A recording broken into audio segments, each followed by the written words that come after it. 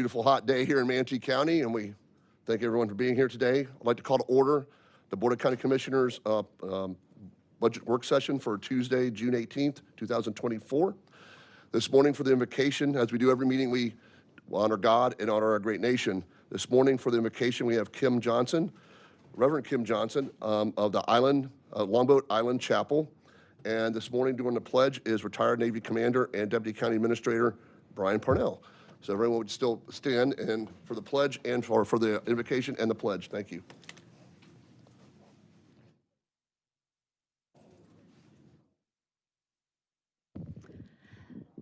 As we begin, I want to take a moment to recognize the family of Debbie Huddleston. Debbie is one of our utility employees who suffered in an accident this Friday and is in ICU.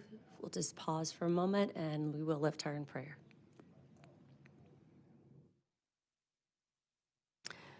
Heavenly Father, we thank you this morning for the majesty of your creation, for the honor of serving your people here, that we are able to be here today on this beautiful day, and that you have trusted us with the privilege of leading your people. We thank you for the servants everywhere in this city and county, Lord, for those who serve tirelessly, without thanks, silently, humbly, faithfully every day to care for your people. We lift up servants like Debbie, who bring a smile, who bring joy, so that others may live the life that you have called them to. We ask your blessing today over the work before this body gathered, Lord, that you would give wisdom, that you would give discernment, that you would give patience, that you would give your grace for the work that is set before this team. We thank you for those that are protecting today throughout this city and county. Lord, for those that keep us safe. Bless this time, Lord, that your work is accomplished, that we continue to grow and enjoy the blessings that you have provided and the work that you have called us to accomplish. It's in your name we pray. Amen. Allegiance to the flag of the United States of America and to the republic for which it stands, one nation, under God, indivisible, with liberty and justice for all.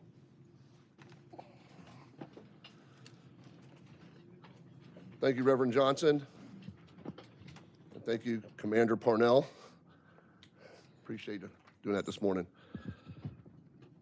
We're going to jump right into it. I'm going to turn it over to Madam CFO. Good morning. Welcome to the third day of budget work sessions. Today we will be, good morning, commissioners. Good morning, county administrator, deputy county administrators, citizens of Manatee County.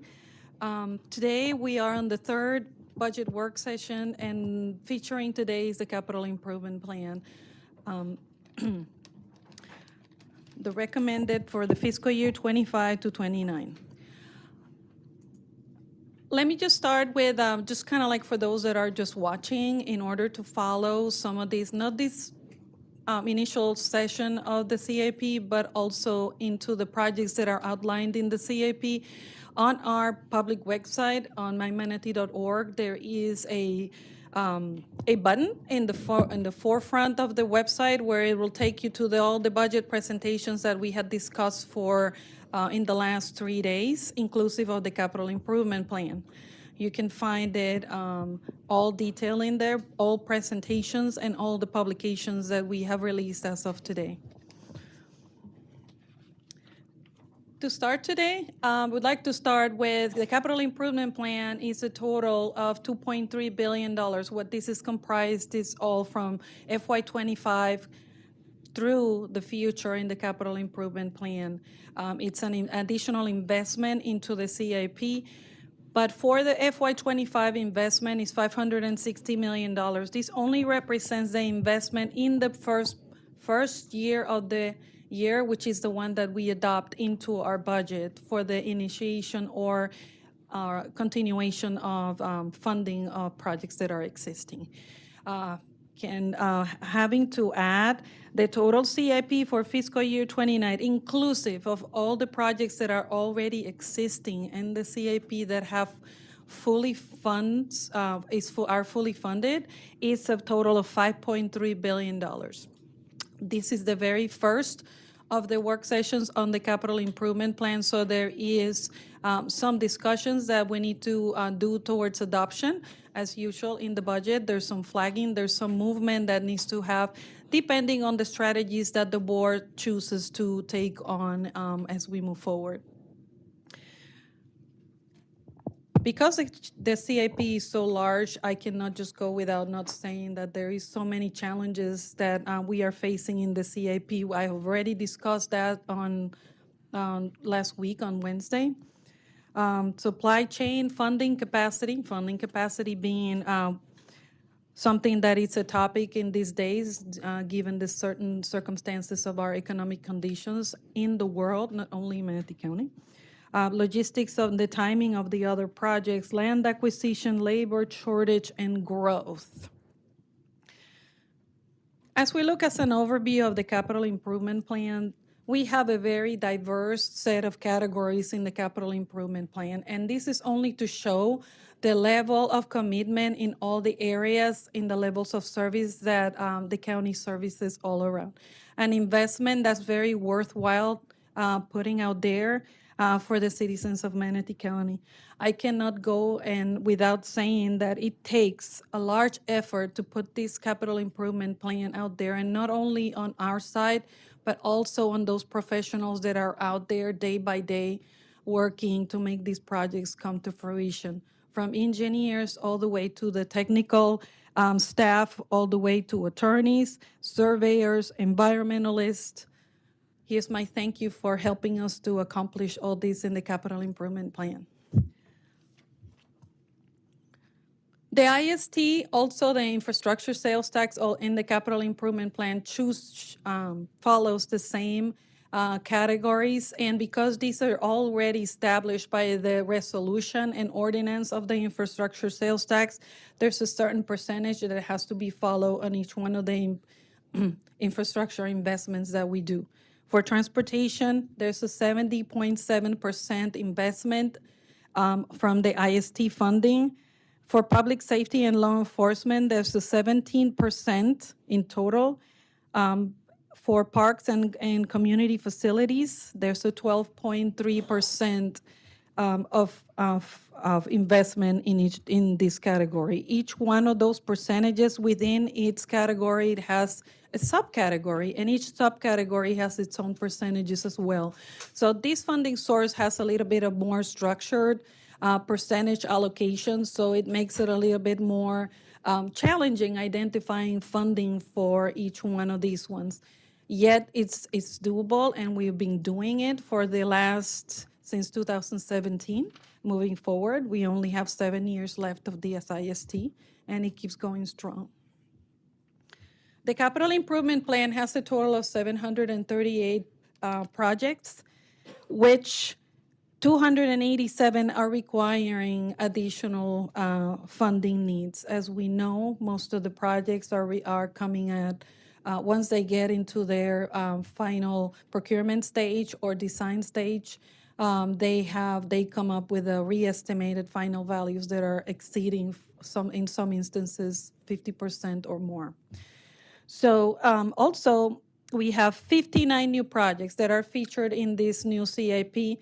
In our website as well, we have outlined all those projects that are part of that 59 new projects. And of those 280, 451 are not needing additional funding for the total of 738. This amount of projects actually shows the commitment of the board to doing a lot of projects and doing work that really means something for the community.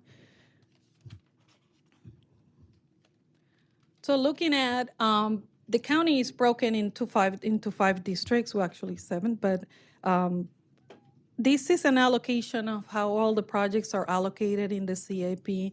It's mostly based on growth because in some areas of Manatee County, you can see that we have more larger growth, like in District 1. That's the parish area, northeast side of Manatee County.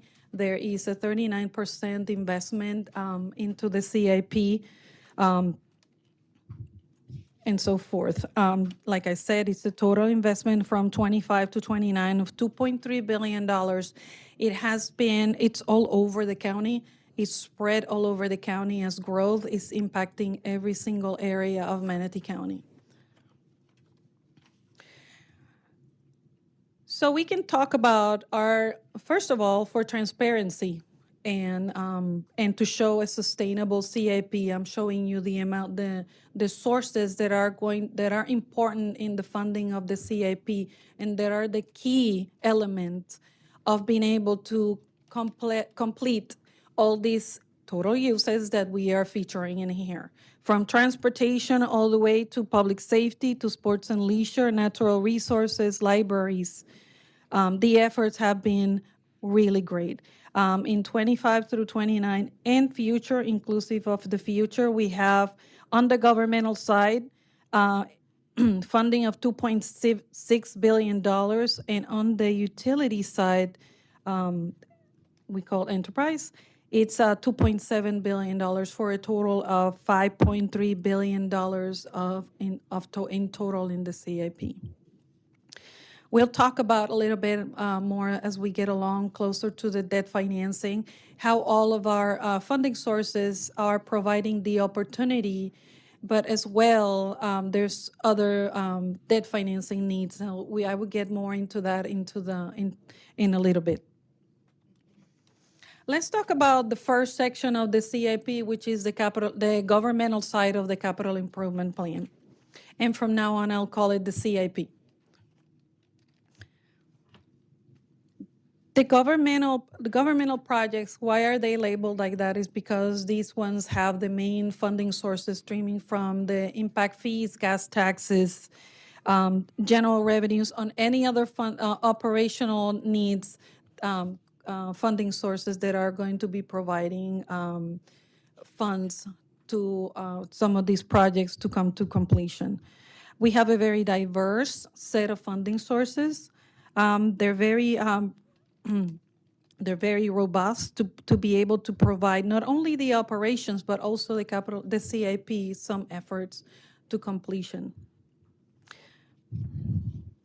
On the opposite side, on the uses, we have from transportation at 73% of investment. Moving on into the general government. General government is more of those countywide projects, such as it is the parking garage efforts and like EMS stations and so forth. So that's what is all comprised inside that category. With public safety, more of the EMS stations, sports and leisure, we have a lot of efforts into improving a lot of our parks on every single area of Manatee County, not only on the east side. For natural resources, we have some projects that are helping the evaluation of completion of some projects like that are on the natural resources side, some environmental projects, some preserve projects, and so forth. So I'm going to talk a little bit about the funding sources that are really the most impactful into the CIP. And impact fees being one of the most impactful of the funding sources. We have 4 quadrants in the county. It's for the transportation impact fees, the northeast, the northwest, the southeast, and the southwest. Given the growth that the county has seen, and we all know that impact fees is all dollars that are coming as relates to growth, can only be spent in the area where it was collected and for the projects that are in that area only. We cannot cross over the areas. So which ones are you asking? Those are the most strongest of the areas right now are the Southeast at number 1, the Northeast at number 2, the Northwest, and then the Southwest. The Southeast are those on the parish area, Ellington area, up north, Moccasin Wallow, and that area up there. And then moving into the Northeast, that would be the area of Lakewood Ranch and so forth, adjacent to bleeding in from District 1. What we can see in here, and it's kind of like dissected a little bit, on the upper top part is going to show you where our ending fund balances on each one of these areas over the life of the CIP, because like I've said before, we evaluate not only fiscal year 25, the year that we are in process, but also how are these funding sources coming on as we move into the capital improvement plan. What works today has to work for the next 5 years. We don't do any evaluation even further, because going even further into the years, given the economic conditions and all the outlook that we are seeing right now, it's just too erratic to pinpoint and put a certain projection at that point. So we do it for every 5 years. As you can see, and this is a cumulative, as you see in fiscal year 25, it kind of like whatever ending balance ends at fiscal year 25 is used into the next year and the next year and the next year. So as you see this funding source, although we see growth in the county, growth takes like 2 years to kind of like come to fruition. So we're seeing developments that like right now are only in permitting, but when they actually going to start collecting the impact fees is more towards when they're into completion. So they are being staggered all over the county. So we are still projecting to see growth in this county with impact fees over the next 2 years. And then you're going to see how they are, our projections are going to start going a little bit more conservative into the revenue projection itself. How do we work that with the expense? So now that we've built the capital improvement plan and all the projects that are aligned in with it, we have identified those projects that are eligible for impact fee funding. That was the first step. And that with help of the impact fee professionals at Development Services Department have helped us to identify that these ones are eligible for impact fee use. So now that they are placed in the impact fee, then at that point is when we start kind of like evaluating and seeing how much funding can we provide as the years go by. Also, putting the revenue attached to that and see how much more. As you can see all the way out to fiscal year 29, we can see these funding sources, and I'm talking as a global in all 4 of the sectors. That doesn't mean some of them will stop growing, will go faster growth than others. But we are trying to kind of like capture that as we see the history and as we see what the actuals are bringing forward as well. To give you a little bit of a tidbit of information, impact fees have grown in average since fiscal year 21 at 26% in 21, at 17% in 22, at 21% in fiscal year 23. So as you can see, this is a very robust funding source for the CIP, and that's why I kind of like it's one of the most impactful items that I really do have to discuss in this CIP. Does anybody have any questions? I can see some. No. Okay. I broke down each one of the quadrants so you can see each one how we have projected not only what the funding sources have done in the past, but also as we're moving into the future with the next 5-year projections. Obviously, it's kind of like staggering to me to see a 26%, a 20% increase from year to year. But we haven't wanted to kind of, as conservative as we are, I didn't want to kind of like say, I'm going to get 20% every year. No. We kept it conservative and say, okay, for this year, we have projected a 10% increase. And with that, we will reevaluate. Every single month, we are reevaluating through this process to see. So at adoption, you may see that we'll come and say, our projections have kind of like moved a little bit higher up because we've seen that as fiscal year 24 progresses, what we are seeing, it's a little bit, it's making us reallocate our beginning balances. So then it gives us more opportunity to fund other things in the capital improvement plan. So on the transportation, talking about, can you move it to the parks impact fees? The next park impact fee is the parks. So we collect a portion of the impact fees for parks. This also shows, although parks impact fees are not coming as higher as the transportation ones, we have a lot of needs on the park side. This is a funding source that has come at 27.7% higher in the last 2 years. It's all factored into the new CAP, as there is a lot of increased cost in parks projects that are already in motion. So we've had to kind of like realign our assessment. As you can see, compared to the transportation ones, they're a little bit more weaker, and they are being utilized to the best of our use. For fiscal year 25, we have projected like 15.7% in revenues but again, that is just staying conservative, and we are evaluating month by month what fiscal year 24 is doing. So we decided to just kind of like keep it conservative, as we're seeing fiscal year 24 kind of like going on an up and down every month. Then it's worth noting that for these ones, because we don't see them as strong, we kept the 4% over into the outer years. After in 27 and forward, we kept a 4% increase.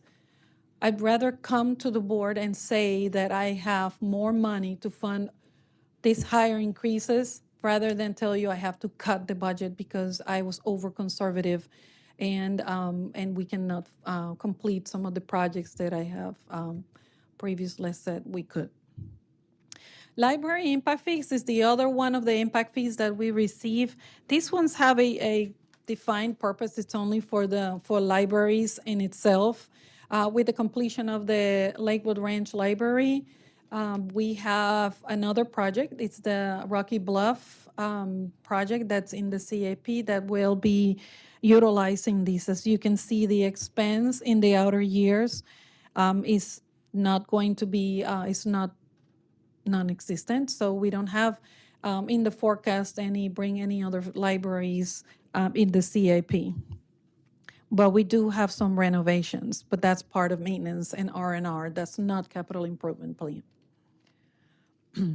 This funding source from 22 to 23 came at 26%.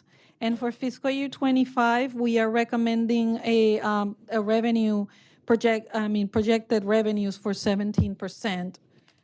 Again, after in 27, 28, and 29, we brought it down to a 4% to see what the growth has done and how the economic conditions are affecting the impact fees in itself. Law enforcement is another one of the impact fees that we have. At this point, we are funding a lot of the initiatives for the sheriff with a couple of projects that are featuring in the capital improvement plan, like the property evidence building, the fleet facility for the sheriff, and so forth. We'll be touching on those. As you can see, over the years, we have projected to a par. In fiscal year 29, you can see the fund balance ends with a little bit of $27.5 million in reserves. This helps to mitigate and to know, for the board to know that as the years go out, we can still consider that the future is not grim. The future still bringing robust, good impact fees. They're not going away because those are still a strong funding source, and they've been for years. But the future is still looking bright even after 29. For this funding source has come up at 29% in fiscal year 2023 from 22, at 29% higher than what we anticipated. For fiscal year 25, for fiscal year 24, this funding source, we are seeing 67% increase in the revenues. That's very staggering. However, keeping it conservative, we have only done a 10% on our revenue projections. From 27 to 29, we kept it at 4%. Public safety is the last of the impact fees. This one also, we have several projects in it and in several areas of the county. As you see from 25 to 29, again, it keeps kind of like we're utilizing the monies, we're utilizing for projects that matter, and then in 29, there's still capacity to keep moving into the future with funding any other opportunities for projects that may come after that. This funding source has come at 26.7% in last fiscal year 23. For 25, for 24, we have seen a 25% increase in over what we estimated, but still keeping it conservative at 10%. So into the outer years, after 27, we're keeping it down at 4%, and then we'll readjust. Every year, we realign, we readjust, see what we're seeing into the future. Now let's move on into gas taxes. What does gas taxes say for us in this economy? Is that we have a lot of efforts of things going green, electric, all these legislative initiatives. We don't know what the fate of the gas taxes are going to do. Gas taxes, right now, Manatee County levies 12 cents of gas taxes. But what we have seen is that these gas taxes have stayed not down, they stayed leveled. So what are we doing, we're choosing to do for gas taxes, not knowing what the future of those are, is, first of all, I am not pledging gas taxes for debt service payments, which is allowed, is an eligible funding source for paying debt service, but I am not pledging that. We're utilizing, besides what you see in here, that's being utilized for capital improvement plan, because Chad has a lot of needs in the transportation side, but also maintenance and rehabbing has a lot of needs. So we are utilizing gas taxes in tandem mostly on the maintenance side to make sure that all that area also keeps maintenance, keeps moving forward, and maintenance keeps being funded appropriately. Yes, sir. Thank you, Madam CFO. I just had a quick question.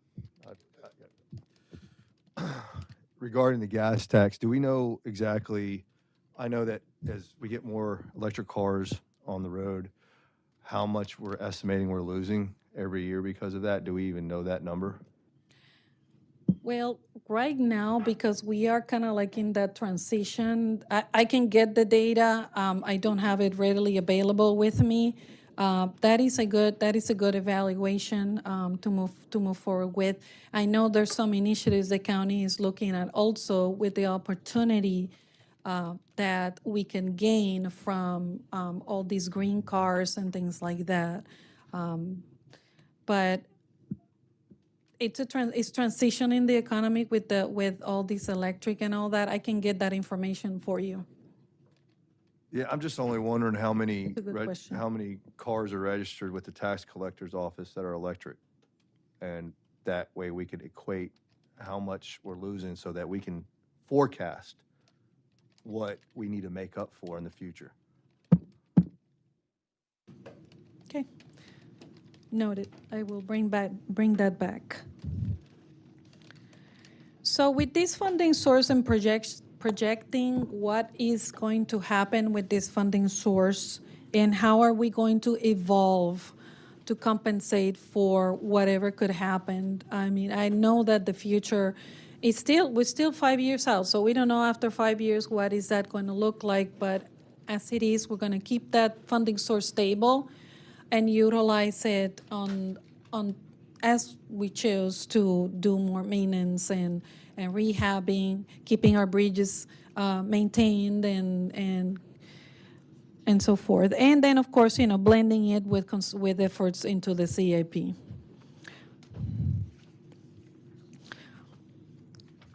I've showed you each one of those, how it breaks down into each one of those sense tags, so you can have an idea of what each one is performing. Now, there you go, thank you. We have some of the featured projects in the CIP, but we're going to be talking also in the second part of this on some of these projects and on the enterprise side as well. So these are some of the featured projects that we've had in the project with their total cost, because in the previous years, we've only given the funding that's for this year, and it was the question of how much are we funding in total for these projects. So we brought it with the full funding, not only what's bringing the 25. As you can see, it's diverse from general government all the way to sidewalks, intersections, road improvements, public safety, law enforcement, and parks.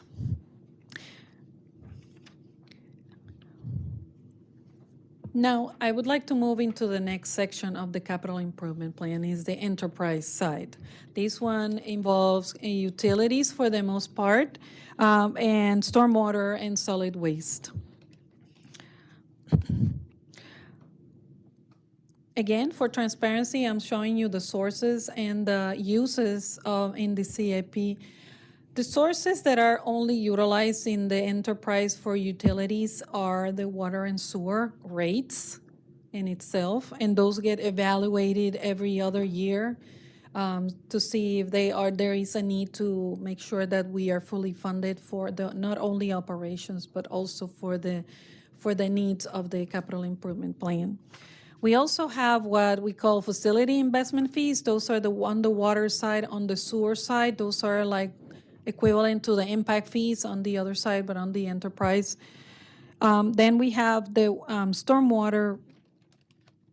Stormwater is a funding source that is tied directly with the solid waste rates, because this is the funding source that is been paying over the last several years for stormwater. However, the county and the board has found some additional funding sources, knowing that there is a lot of need of stormwater. And depending on the areas, the Southwest TIF has provided a lot of funding source, as well as the generational impacts have provided, projects have provided a lot of funding for these stormwater project needs, not only on the new side of the CIP, but also on the rehabbing and maintenance of stormwater. At $2.7 million of our sources of funds from the enterprise funding sources, we have project needs on the enterprise side that are growth related. They are more into the outer years, starting on fiscal year 26, 27, and all the way into the outer years in the planning, that this growth in the county, it's needing growth in capacity for the system in itself. So the department is evaluating. They will be presenting this afternoon their department operational budget and their capital improvement plan. So you will see them in this afternoon. Time allowed, probably will bleed into this morning a little bit. When we talk about the projects that are featured from the enterprise on the potable water, on the solid waste, wastewater, and stormwater, you can see just some of them. These are not all of them, because there's a lot of projects into the enterprise side.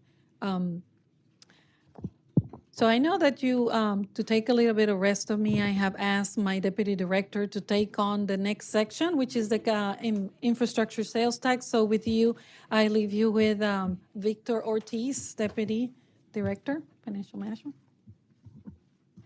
Thank you, Sheila. Good morning, commissioners, county administrator, county attorney, deputy county administrators. Thanks for the opportunity to be here talking on the IST. That's the infrastructure sales tax. I will call it IST from now on. This chart represents how is the money for 2025 recommended budget only for that year is going to be distributed, which is 3/4 for transportation roads, 17% for intersections, and 8% for animal care. So next slide. So this is the total of the recommended budget for IST, which is 224 projects, which are 106 of these projects are already appropriated. So we're adding 12 new projects, and the total is going to be 235 in the recommended list for the budget 25 to 29. And is divided again between transportation, public safety, and parks. Yeah, next slide. And this is basically cash flow, how the revenues are coming for these. As you see, as we go to the fiscal year 29, we're projecting a little bit less revenues on this portion of the taxes because we're conservative on this budget. So you see the capital expenses, all of these projects are from the recommended list. And then these funds, we can use it for paying the debt service. So we're going to pay about $4.4 million every year for debt services. That will leave us at the end of 2029 with $150 million that we had not identified the project for, and also to cover for inflation. And the next slide is just showing how the IST has behaved. This is a mix between actuals and projections. So by the end of the project, if you look at the transportation, we had revenues of $475 million and expenses of $378 million. So we have $97 million remaining for projects that we had not identified yet. Same thing with public safety and for parks.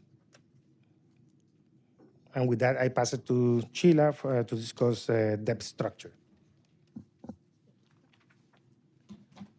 This is a funding source that I find very interesting. The infrastructure sales tax has grown exponentially into the last couple of years, giving us the effort. We've almost invested $1 billion on the dollars of the IST in total. So this is a testament that we're doing everything that we can with the dollars that are coming in for the CIP. Thank you, Victor. Now let's get into the part that we have pledged a lot of our own funding sources. We have a lot of needs. We have a $5.3 billion CIP with a $2.1 billion need in addition. It's not uncommon for municipalities to ask for, have an additional need that requires debt financing. This one is to leverage us into time, help us with kind of like bring in some of the needs more closer into our year and to meet our needs that we currently have. Okay, so I cannot, it's hard, nobody wants to get in debt, nobody wants to talk about debt, but this is a conversation. We have pledged in total, and when I say in total, it's addressing a lot of the needs that the county has said they were going to do, and we are there. And that's a testament of all that this new board and the one that was there before have done. Understanding the new needs is understanding, like I said on Wednesday, is understanding what we currently have. Because we want to continue being a solid financial operational county. And we want to kind of like be sure that we are leveling our debt very intelligently, smartly, and still do all the things that you want to do for the county. Currently, we have $864 million in debt, where 56% is in the general government and 44% is in the public utilities. With public utilities, the only thing that is, and it's on their side, is that they're an enterprise. They evaluate the rates. The only thing is that growth is catching up faster than what our revenues are coming in. So evaluating and time is really what they are trying to evaluate. It's not an easy task, but we'll do the best that we can with the assistance of our financial advisor as well. In the last 2 years, we have bonded to meet some of the needs of the CIP, but the harder discussion is we want to continue being strong.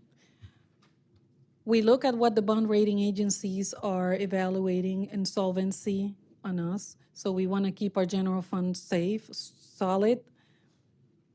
At AAA rating, we are considered a very strong and solid and fluid and insolvent, very liquid county. But what are we going to do moving forward? This CIP is very robust, it's very strong. We have a lot, like over 19 diversified funding sources that can pay for debt. This budget has addressed, our future. What are we going to do for our future, and how much are we going to pledge? How much capacity can our budget sustain into future debt? Not only for future debt, but also to keep a solid future for Manatee County, because there will be needs in the future. There will be growth in the future, so we need to make sure that that we're thinking about all these things. So now that we have evaluated our CIP, today I can come and tell you that yes, we are addressing a lot of growth. We have a lot of funding sources that are very strong. And there's a solid plan. However, we need to strategize. And that's what we are putting all of our heads together to make sure that the well-strategized capital improvement plan is put together, right? This is the very first round of sessions for the capital improvement plan, so we need to kind of like walk. In our work session back in April, like I said on Wednesday, we discussed about capacity, about sufficiency. This budget has reserved in a total of $15 million of recurring dollars to pay additional debt. So we have asked, how much would that give us of debt sufficiency, right? So you had asked that question when I came back in April, and here today I come and I tell you, okay, this is where our comfortable safe zone is for today, for the future. What 15 millions of recurring dollars, if you can see on the third row down, increase in annual debt service, we are right now at 35 million. If we add in 15 million more, will take us to a 50 million annual debt service. This one is on the governmental side. So we can bond an additional $306 million. With the interest rates and our AAA rating, we can get really great premiums that can give us an additional potential dollars. But the next one. Okay, so this is where we are. Okay, you will see in the capital improvement plan that there is a line that says there's a need for $579 million worth of debt need. Okay, we have pledged into this CIP a total of our own monies, reserves, pay-go, $421 million. Okay, of our own money. That's only for new, from fiscal year to 29. I'm only discussing 25 through 29 at this point, okay? I have put aside future. So of these 579, I already have $20 million already reserved from the last bond issuance that we did in November of 2023. So that brings us down to a need of 559 million. Okay, if we bond additional 305, we have to strategize on the remaining to see, because 25 and 26 really is what has the harder load, the stronger years. So we need to strategize to see if we can kind of like move some projects around to make it all balance out and be able to say that fiscal year 25 and 26 is very solid, and we will continue to be solid in the outer years. So of that entire $980 million that are in the CIP, right now, we can pledge $726 million of that. But keep in mind, okay, that we've already done we have pledged in the budget over $2.1 billion that are already in motion out there. So that's by far a lot of efforts that we've already put of our money, right? So I'm not saying this is time to just stop. I'm saying strategize. Let's strategize. And kind of like reallocate some of these funds into the more outer years so that we can do what we said we would do now, okay? Of the 738 projects, there's 50 projects that are needing of additional funding. And then on the enterprise side, the new debt funding plan, like I said, it's about timing. So we need to do a couple of things to consider while we are evaluating the CIP. One is we have to do a rate study to evaluate our rates and are they meeting the needs of the CIP, which we are in the works of doing that. An engineer's report and a feasibility study. We are working closely with our financial advisor and a lot other consultants to make this a solid transition into the CIP. With our own funding sources and so forth. I mean, utilities right now is pledging almost for $350 million of their own dollars, and we will strategize into the debt funding in itself. Now, it's important that you understand that from when we adopted in fiscal year 24, we have to come to the board and say, these are the projects and all the changes that have happened from adoption of 2024 all the way to recommended 2025 through budget amendments and changes and so forth, okay? So all this is itemized in this section, all the CAP additions, deletions, adjustments. It's part of our publication as well that's featured in our website. There's a whole section that talks about it, identifies the projects that have changed and so forth. So if we can talk about now, we've come to the can you move to the reserves? To the final section is the talk about the reserves and how does that affect the CIP. So for the purposes of the entire budget, we have reserves of total $841.3 million. How does that is reflected in the CIP? You can see that star on the reserves for capital. It's $119 million, but this is not the only, this is just reserves that are waiting to be moved out of there into those projects once the clerk's office creates all those accounts for those projects that have already being identified inside that $119 million. So at this point, a little bit, this is my overview of the capital improvement plan. Any questions so far? Any questions, any of the commissioners for Madam CFO? Seeing none.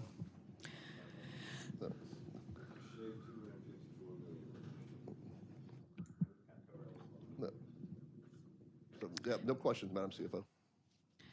All right, thank you.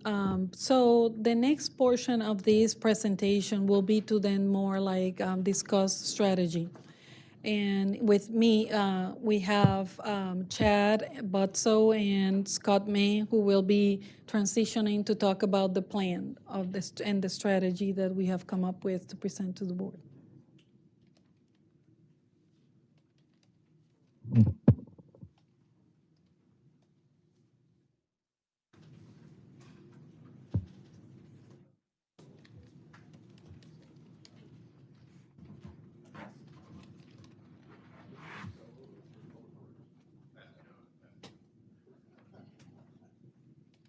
What handout are we looking at? He has the slides that you guys said you were going to show, Okay. the ones that you saw before, right? Everybody will be able to read these clearly, right? Come on, Scott. Okay. Okay. And this is what Scott gave you this morning? Okay. So, good morning, Chad Butso. So we had discussed some things about what we thought from a timing point of view could be delayed either into an outer year of the CIP, being like years 4 or 5, or even outside of the 5 years. Different times, different ways. You have different ways to think of it. So it's just one way that we're currently looking at it. Right now, there are a number of things that we've had sorted. We have it sorted in the very painful, the lesser painful, and third. So there's 3 different tiers. So this is the first one. It's the bigger batch of dollars of projects, and I'll let Scott do the majority of the talking because you get tired of me. You stay on the mic. It's wireless. So. Okay. Just want to make this quick. If you have any specific questions, then just ask afterward. But we broke this into 3 tiers. If you could scroll over a little bit further, right here. Tier 1, which are all the projects that we see that we can go ahead and look at eliminating. And if you scroll down to the bottom real quick, these are ones that we looked at Public Works as a whole, feeling these gave not a great bit, or they gave a great benefit, but not as needed as we have on some of the other projects. So that brings it up to about $240 million on the projects that we're looking at in Tier 1. Scott, can I just interject 1 second? You said eliminate. It's not eliminate Excuse these me. projects. Sorry, not eliminate that. Yeah, I meant move it around and defer the projects until it's needed at a more important time. I misspoke. I apologize. Then we have Tier 2, which I don't have currently turned on. And that adds another potential of 107 million. And then our last one, which is Tier 3, are the ones that would hurt the most to actually eliminate completely or defer. Sorry about that. I'm using bad words today. Anyway, defer in there, and that would be like another 50. That gets us up to a potential of around $400 million. So we know it's around 260 million roughly that we need to look at creating a deferral for. So the proposal we have is Tier 1 is where we think we can defer with the least amount of impact in the short term. Tier 2, or if you really have to, we can do it. And then Tier 3 are the ones that would really hurt if we deferred those to a later time. I don't think you want me to go through every project as a whole here, but you know, looking at it here, we get almost where we need to with Tier 1 at 240 million. And the selection is based on, this is transportation as a whole. It's not based on the individual funding sources that sit within transportation. So it wasn't just an impact fee, just a sales tax, just a gas tax. It was funds that support transportation. And just to add one thing on here, when you take a look at this, you'll see Lorraine Road and Lena Road. I have both in Tier 1 and Tier 3. We feel that there is a need to do part of that right now, such as making the connection from 44th up to the north part of Lena, so you would have the full connection. And then Lorraine Road, we think would be beneficial to run from 44th down to State Road 70. The other parts could be deferred, and that's why we think that, you know, you'll see them in both Tier 1 and in Tier 3.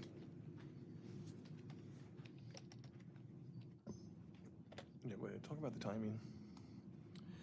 Well, I wanted to just add a little bit as well to the conservative nature of some of our projections. So as you saw, with CFO's presentation, a lot of our revenue projections have been very conservative. So we are looking at these projects for deferral, but what we're actually doing is trying to keep them continuing to go through acquisition and design process, continue to evaluate our revenues, see where those come in. As we're able to bring those projects back into the capital plan, then we would bring these back to you to change the timing, get those back into that 5-year plan. But at the same time, we don't want to slow those critical projects down. So we're really trying to thread the needle between being too conservative and too aggressive with our revenues. But we feel strongly that we have a plan here that would allow us to kind of straddle the line and keep those critical projects moving forward at the same time as giving ourselves a little opportunity to look at our revenues and monitor those going forward. Commissioner Turner. You know, I absolutely agree with the strategy. I think we need to be conservative because if we fall short, you know, there's too much at risk, the bond rating, everything else. So if we start tapping our reserves, there's too many repercussions for that. So the conservative approach is the right approach, in my opinion. Chad and Scott are uniquely qualified to go through this because they have the grand scheme, FDOT, everything together. And also, they have a lot of exposure to constituent concerns, who's screaming, who's not. So, you know, full-rounded, they can make some really good decisions for us. So thank you for your input, guys. Okay. Commissioner Cruz. Yeah, this is a combination conversation with Sheila. I was waiting for this to come up. I figured we get to a point where we're having dialogue before I start talking about the previous stuff as well. I mean, we need to have real conversation here about the plan. I mean, this plan is just gut our CIP, not how do we eventually pay for it. I know we're trying to carefully dance around the word terminate a project versus defer a project, but without any future, like, meaningful source of funds, like, when are these ever going to be done? I mean, granted, there's people watching this right now that are thrilled. They can't see this because we're scrolling it so fast, but the whole 59th Street is on there, which I'm sure people will love that. The Creekwood Roundabout, which I've been against, and I believe the chairman's been against from day one, is on there. There are things getting killed that people are going to appreciate. But there's also Canal Road, there's bridge replacements, there's the work on Leaner Road, there's a lot of stuff up in District 1 that have been waiting patiently their turn, especially around the Palmetto and Ellington area, that aren't going to get these. And this is a 5-year CIP, so we're all but telling people, don't anticipate this at least in the next half a decade. And to get to this level of cut, let's remind everyone, this isn't the cut for all of our shortfall. This is the cut after proposing to bond $300 million more, correct?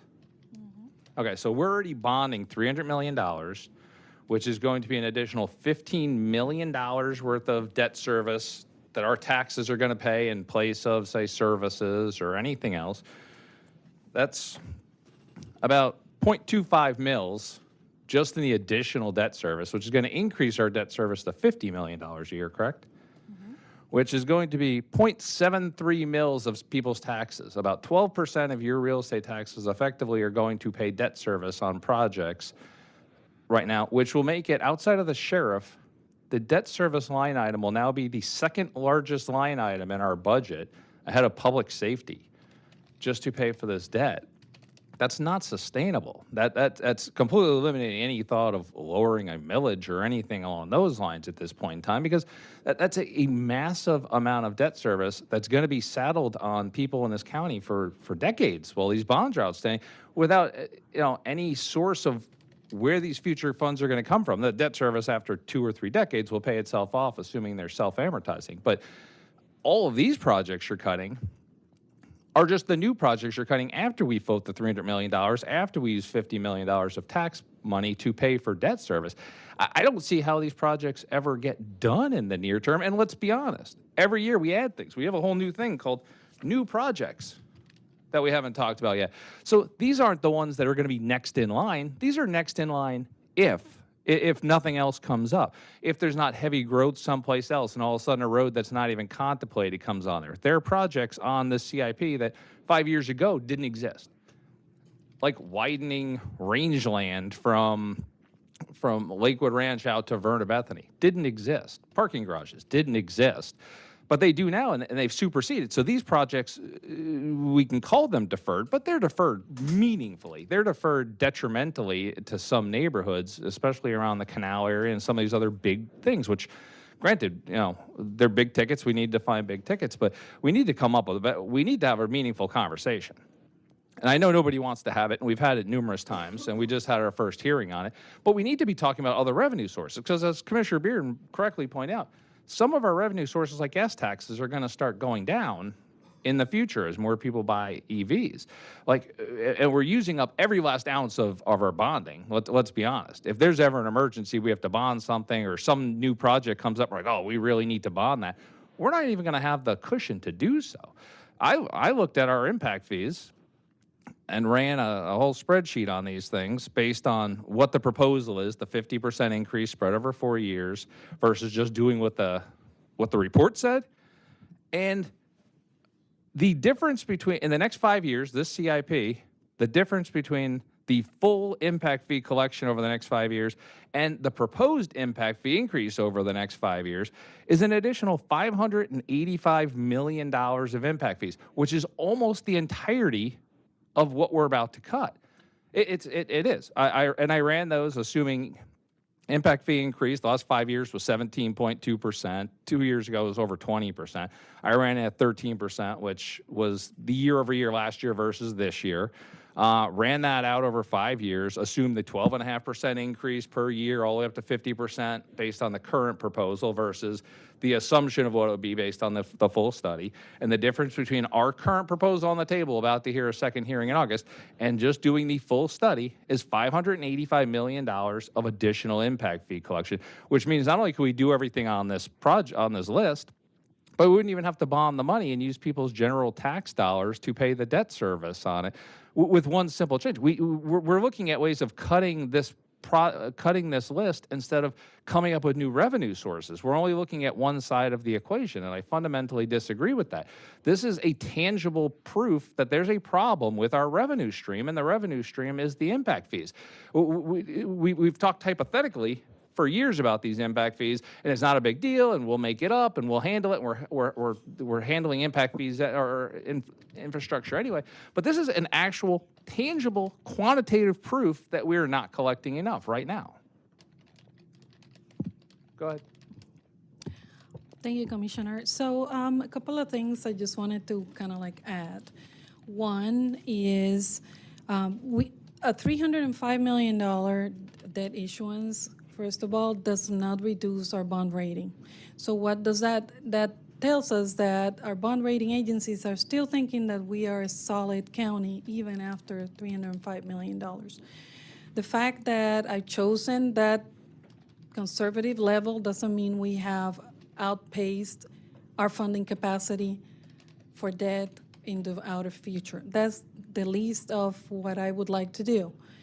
And that's why I'm taking that. Me and the financial advisor is the recommendation that we did to the administrators, so we don't have to do that, what you just said.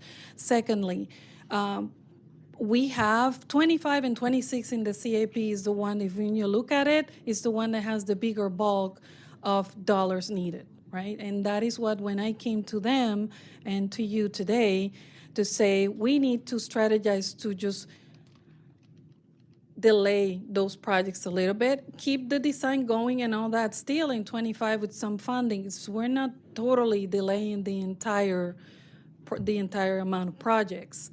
It's just that I know that after 26, one, I will have some maturity of bondings that will reduce the amount of that $50 million that we are going to be now paying.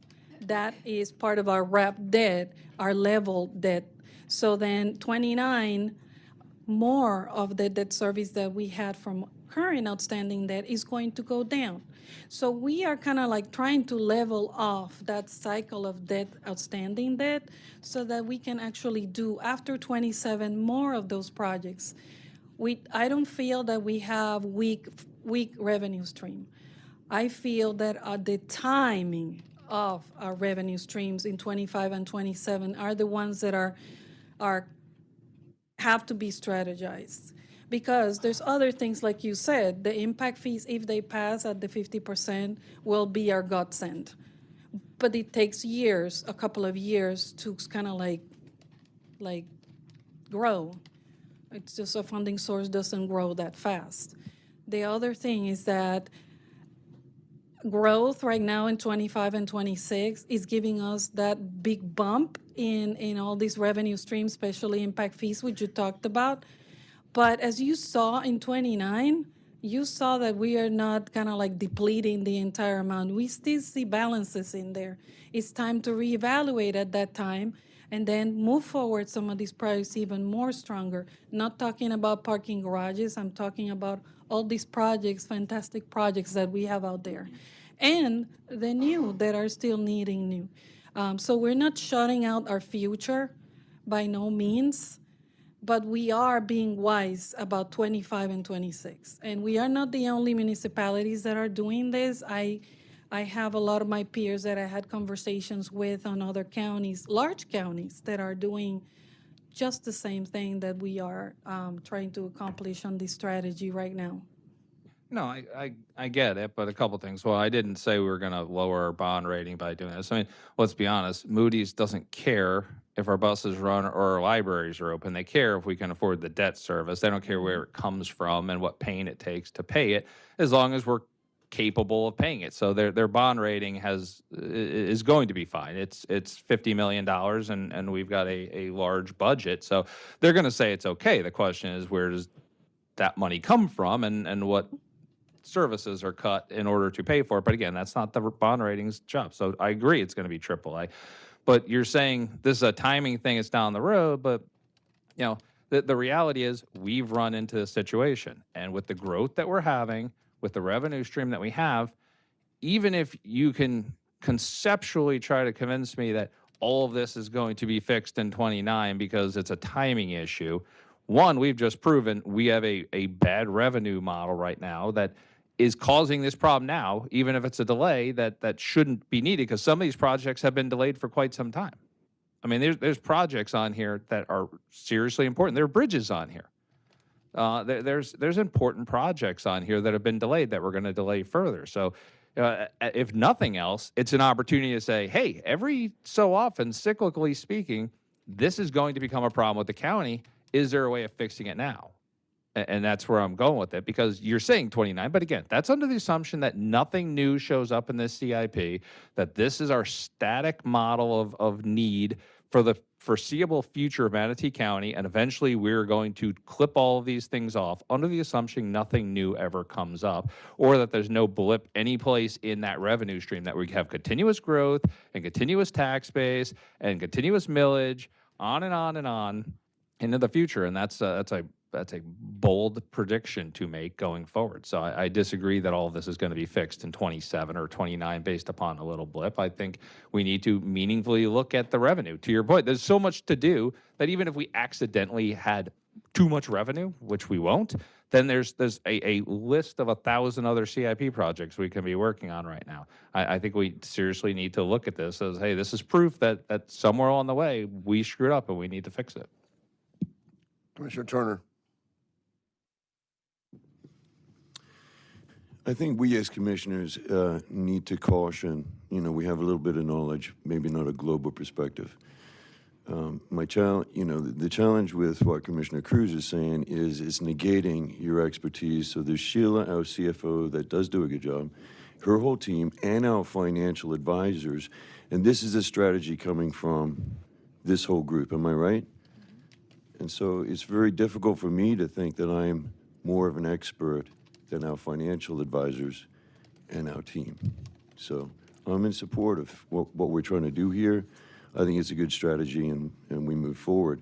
Not question all of the experts like we are. It's a form of arrogance, us sitting here as a commissioner thinking that we're better than our staff. We are not. Commissioner Bearden. Thank you, Mr. Chair. I realize that our impact fees are, something of importance that we need to really focus on here in the coming future.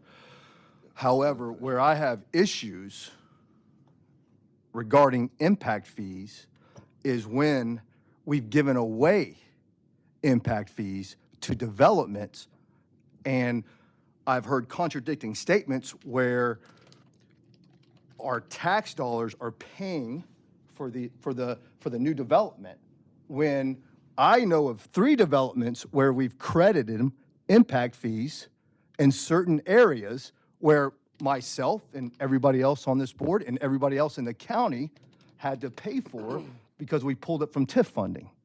So, you know, this is something that we definitely need to look at, because I don't want to be giving away impact fees anymore on any development moving forward. Commissioner Cruz. Yeah, I just want to quickly respond, and all due respect to Commissioner Turner, but staff, by the way that they're structured, are tasked with presenting things to us based upon the policy set, not based upon their expertise. We, the board, or you, the board, set a forward policy of collecting partial impact fees. You've now tasked our experts with providing you a scenario based upon your policy, not based upon their expertise. The closest thing to expertise relative to impact fees was a study we paid a lot of money for that said to collect significantly more than what you're proposing. So to say I'm pushing back on Sheila, she knows that's not true. I meet with Sheila, I respect Sheila, we have good conversations about finance. She's presenting you what you want to see, not what she believes you should see. This isn't, don't misinterpret this as her impression of how Manatee County should be governed or how we should be collecting revenue. She's just telling you what you want to see based upon the policy you previously set. That's a fair comment if it's true. Yeah. Commissioner Van Ostenbridge. Thank you, Mr. Chair. So, in talking with the county administrator, in the end, we're cutting 12% out of our proposed CIP budget, which means 88% is moving forward. Obviously, I'm looking at my district first, and delaying 59th Street, I don't think I'm going to get much pushback on that. So if that's something that needs to be done, then I'm happy to sacrifice that and make that a delay for the time being. Sheila, I like the conservative approach. You've always taken a very conservative approach. The truth is we do have additional funding, debt capacity if we wanted to take that on. And I'm sure that actually there are people in the county who would say, I don't really care if Manatee County is AAA rated or AA rated. I'm tired of sitting in traffic. It's a decision ultimately for us to make. The world doesn't come to an end if we're AA instead of AAA, or if we're AA1. So I mean that's a valid conversation if we wanted to have that. Personally, I like the conservative approach. I like what you've done here, trimming 12%. We're dealing with inflationary headwinds under the current Biden administration that are more than, in my lifetime, more than I've ever seen. I wasn't around for the 70s, but this is, in my lifetime, this is the highest inflation I've ever seen. And so I think when you take all that into consideration, inflation is far beyond, particularly in these areas that we're discussing, building roads and these construction projects, inflation far exceeds 12%. And because we've taken this conservative approach, in the end, we're removing 12% from the CIP budget. So I think a 12%, if we have to tighten our belts because of, severe inflationary headwinds in these specific industries, in these specific areas, then I think 12% is pretty reasonable. And we can come back next year and reevaluate, and hopefully we can put more of these projects back in. I know you've left us a little bit of room, so if there are additional projects that come up that need to be funded, there's some room to fund those, or we may go back and make another cut somewhere. So those are my statements. Thank you, Sheila. Thanks, sir. Commissioner Beard. No, I just, thank you, Chair. Everybody's made some great statements, because obviously this is a very important issue that we need to address. But again, when it comes to even affordable housing, like in those 3 projects, I don't want to see any impact fees be credited. I just want the board to know that, moving forward, because, we have some commissioners that are talking about, it's the taxpayers that are paying for this new development, when, it's a contradicted statement based on the funding that was done on these two or three projects that we funded last year, you know, and told, you know, that they didn't have to pay any impact fees, that we gave them a credit for that at all, so they can build their development. So I want to make sure moving forward that that doesn't happen again, and the board to know that, and I'm hoping I can get support from the board on that, that moving forward, we shouldn't be doing that. Thank you, Commissioners. I truly appreciate all of your comments. And one little final comment that I wanted to put out there is that lowering our debt rating definitely is a strategy, and it takes the board decision. But it's a card that we should leave for the future as much as we could, so that we have that card under our belts if there is like a future super greater need that leads us to that. But I just feel that this is not the time, because we can move our cards a little bit and strategize, and we don't have to leave anything out. We just have to be wise at moving the dots in the right place. Madam CFO, excuse me real quick. The projections that you show up there that we're having to move out, are they based, I know our biggest revenue generator is real estate taxes. So are your projections up there based on a flat increase in value of saying it's going to be 10% the next 5 years or 13% the next 5 years? Or are you being ultra conservative on what you were guesstimating real estate taxes might do over the next 5 years? Or are we just saying, hey, it's a flat, we're going to stay flat here, so this is where we need to address these projects at? And of these projects that are being removed, how many are being affected by impact fees and how many are not? So growth is impacted, impact fees are impacted by growth, right? So growth also impacts ad valorem and property taxes that we collect. 34% of our total budget is ad valorem taxes revenue.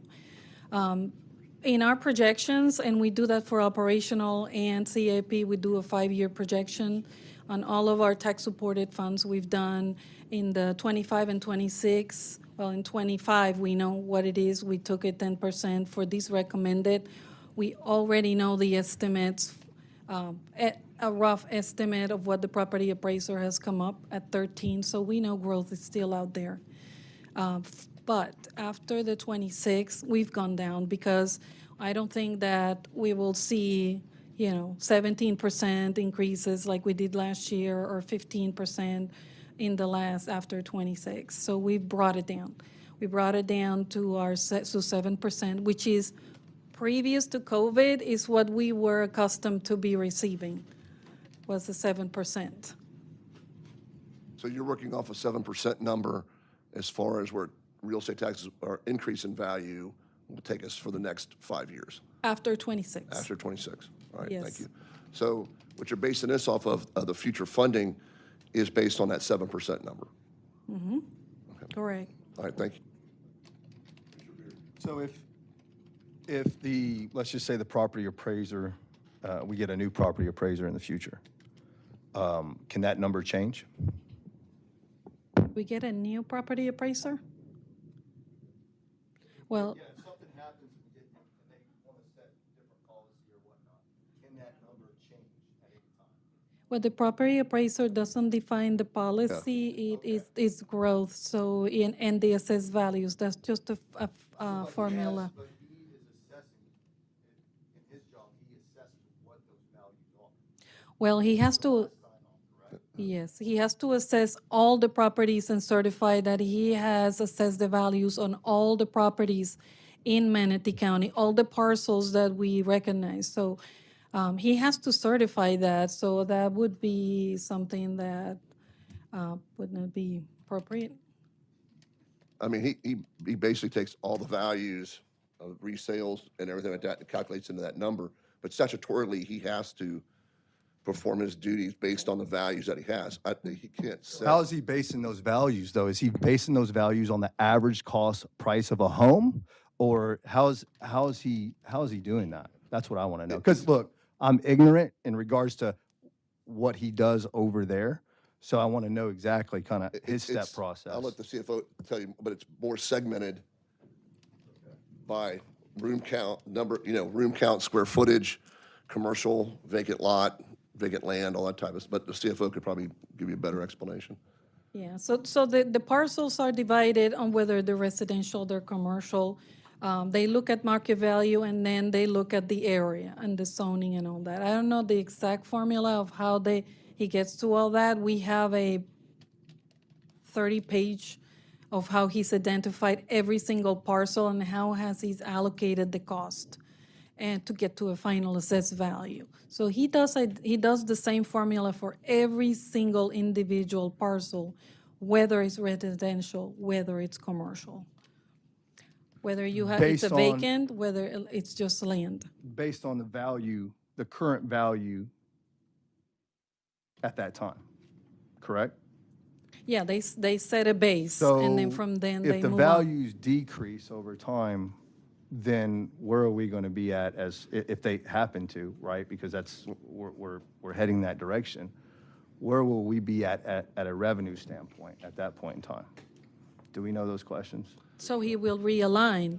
If Yeah. the assessed values go down, yes.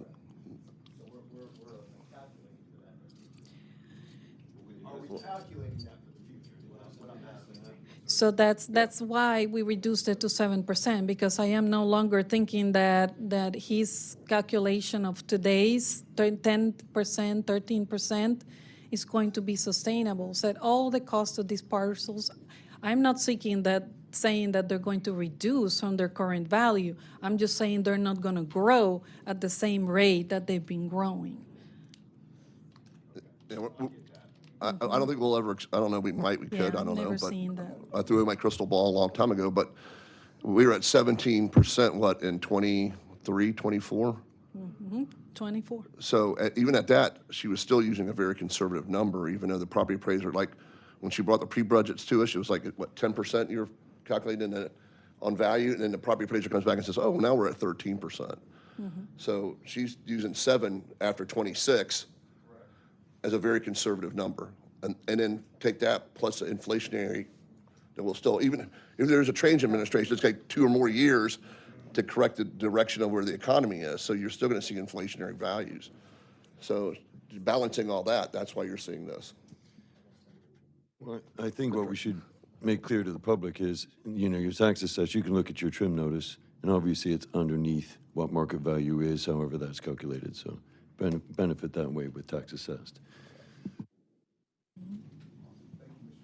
But I mean, I don't necessarily disagree with Commissioner Cruz. We need to find other revenue sources.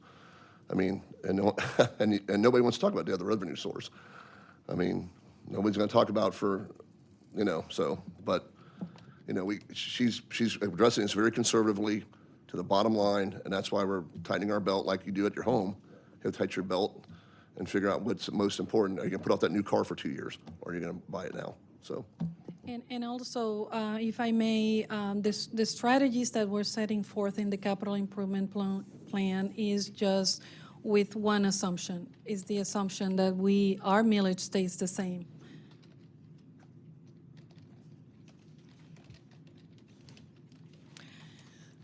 So at this point, I ask, if you don't have any more questions, commissioners, thank you, Chad, thank you, Scott. Do you have any? I was just gonna, wasn't meant to be a full and final list. It was meant to be proven that within the scope and the breadth of the CIP, there is room to find things to defer.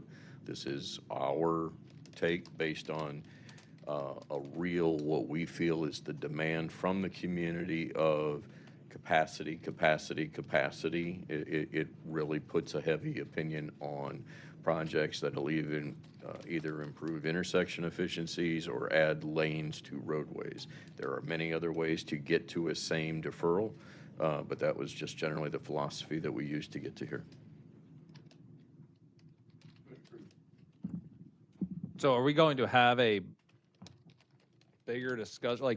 Like I understand the capacity, but there's also a safety thing, like 43rd and Manatee are on this list, but that's something we kind of pledged to do in light of the new construction? I mean, safety is as important, if not more important, than capacity. And some of these, when I went through this list, are safety things. And granted, every dollar helps because we're trying to trim a lot out of here. But some of these seem like dollar for dollar, low cost, high impact improvements that we seem to be cutting arbitrarily. So some of them, there are some big ticket ones, and you have to. You're never going to get there just by cutting streetlights out of this thing and sidewalks. So like the 59th takes a big chunk. That's a meaningful percentage, and a couple of those big chunks have to be done, especially since that was being deferred a bit anyway because of doing 75th first. But some of those intersections, I really wish we could find one more like big one someplace or a couple and keep some of those, because some of those safety ones are going to have more impact than just getting someplace 5 minutes faster. In the let's just talk about quickly 43rd. 43rd is one of those that's it's on the list, but only a piece of the project as a whole. It was a two-prong attack on that. We had the interlocal agreement with the city of Bradenton / the developer of the Chick-fil-A.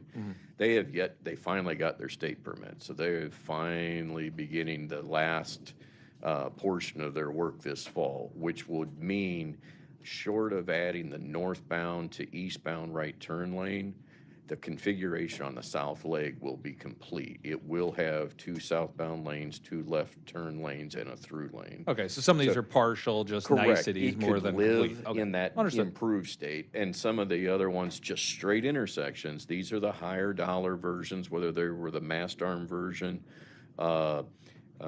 still either a span wire, but they are higher dollar because we've still included the geometry improvements. Some people out there in the general public will look, that's the right way to do something, fix it one and done, like you've lengthened the turn lane. But in the end, for the most part, if what you're looking for is intersection control, the signal is the important part. That extra 150 foot of an already 250 foot turn lane adds a ton of dollars. So we are desperately, with like the leftover monies we used from money saved on Players Lorraine, fixing to use similar on a signal that we won't be able to get in at Bourneside and 70, trying to just focus on these span wire intersections. We feel we can come back and ask, because just with this $1.5 million, I can get 4 more intersections in, or 4 more signals in, is what I was saying. We still feel that we have that in the background as well. All right, because you said capacity. I just want to make sure that we were properly balancing, because you all know what's best to take off here. So, this list is, for all intents and purposes, maybe someone has a pet project here or there, but probably close to, if not final. I just want to make sure there was a good balance between safety and capacity, not just capacity. The intent is, in this time period where we're attempting to defray costs, will be to focus on the signals at needed intersections. So Okay. if there's, especially at easy to talk about Lakewood Ranch, there's already left turn lanes and they're almost set up for signals. Let's just add the signal, but we're not extending the turn lanes. We're making do with what we got, but adding the quality of the signal. Can I just ask a quick question on, for example, 53rd, 26th to 43rd? That I know is a very highly used, it's really highly used for people who are pedestrians, on bicycles, et cetera. What were the proposed improvements for that area for $7 million? Because, I mean, there are, there are sidewalks already, there are bike lanes already. So what were we intending to do? That, unfortunately, is a leftover project from when we originally set up the sales tax. So Okay. we're dealing with definitely 2016, 2017 cost numbers. The goal was to be able to configure the roadway, whether it was, if we haven't already used every last inch of right-of-way, acquire some slivers and try to have room to be able to add a bike lane and make the sidewalks a bit bigger on either side, and make sure the lighting is uniform to make it as safe as possible through that area. It's very difficult, and/or will it be feasible cost-wise to get that little bit of extra right-of-way? Because we feel it's just about used edge to edge already. Yep. And so how much different will the road feel after? I don't believe $7 million is probably going to be the real cost. If we did it today, it would probably be much closer to probably 30. And is it going to be a worth the effort for what you're going to end up with. That's why it's That was on kind of the list. question I was asking, because there are a lot of there have been a lot of things done for pedestrian safety, et cetera. How much more are you going to get? And hearing that it could be tripled in cost. So the focus is that where we come at from this year, we had in the operating budget, but very similar in things like that, is making first thing is lighting here, is striping the way we do, the way we want it on the roadway, bright and clean. And also, when you do get those long stretches like that section of roadway that doesn't have traffic signals, what can we do for improved mid-block crossings? Whether those are raised crosswalks, raised intersections, or other items, those are the things that we look for the lower cost enhancements. So, and this is slightly unrelated, but I've been noticing this a lot, so I'm just going to bring it up while I have you right here. Through District 2, especially on that stretch of 53rd as well as 15th, I notice daily now people riding bikes in the wrong direction. Is there any, and it's extremely dangerous and concerning, but it literally happens on my route to work every single day.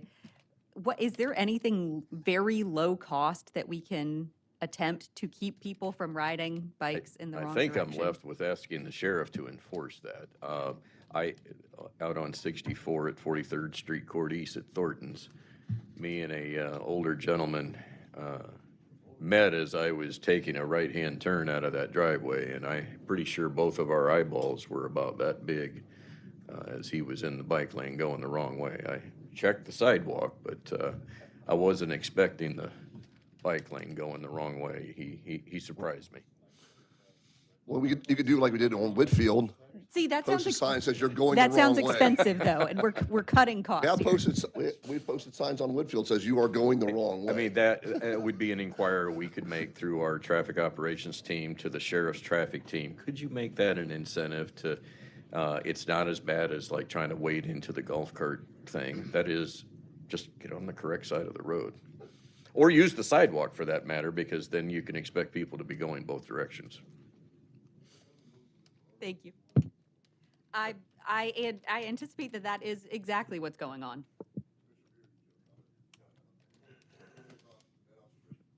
Thank you, sir. And just, it's, you don't need to respond to this, Chad, but it's just one of those stark reminders of, we don't enjoy sitting up here making some cuts. However, we knew we were coming out very aggressive when it came to attempting to relieve traffic congestion in the county, and we knew we were coming out very aggressive with road projects, because the stark reminder is how our predecessors delayed and delayed and delayed and kicked the can and just did absolutely nothing for so long. And what made me think of it was this project for $7 million. If you told us today that the project was we could have done that for $7 million, we all would have jumped on it and said, let's find a way to get it done. But those previous commissioners literally just collected a paycheck and sat up here and did absolutely nothing, and it's why they've all been sent home appropriately so.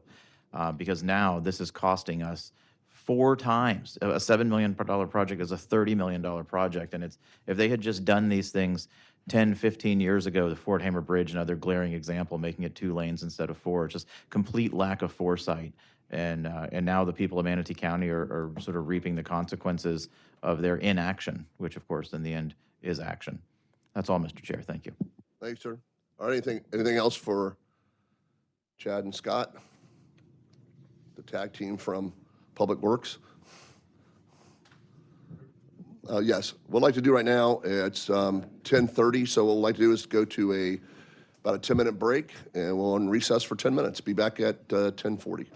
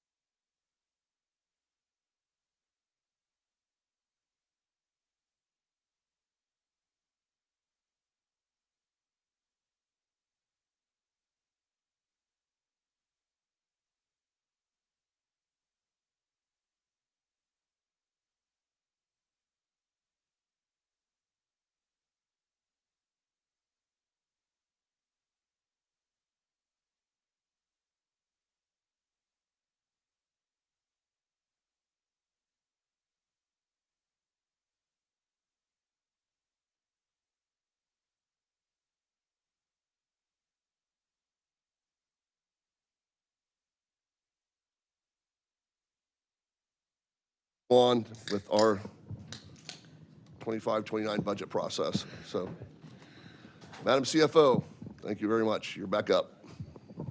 Thank you, Chair. So at this point, I would like to showcase the new projects that are in the fiscal year 25-29 CIP. If you can, I will go scroll through them. If you want to see the detail or you want to discuss it, please let me know. Okay. So starting on the libraries category, we have the Lakewood Ranch Branch Library second floor build out at $6.9 million in 25.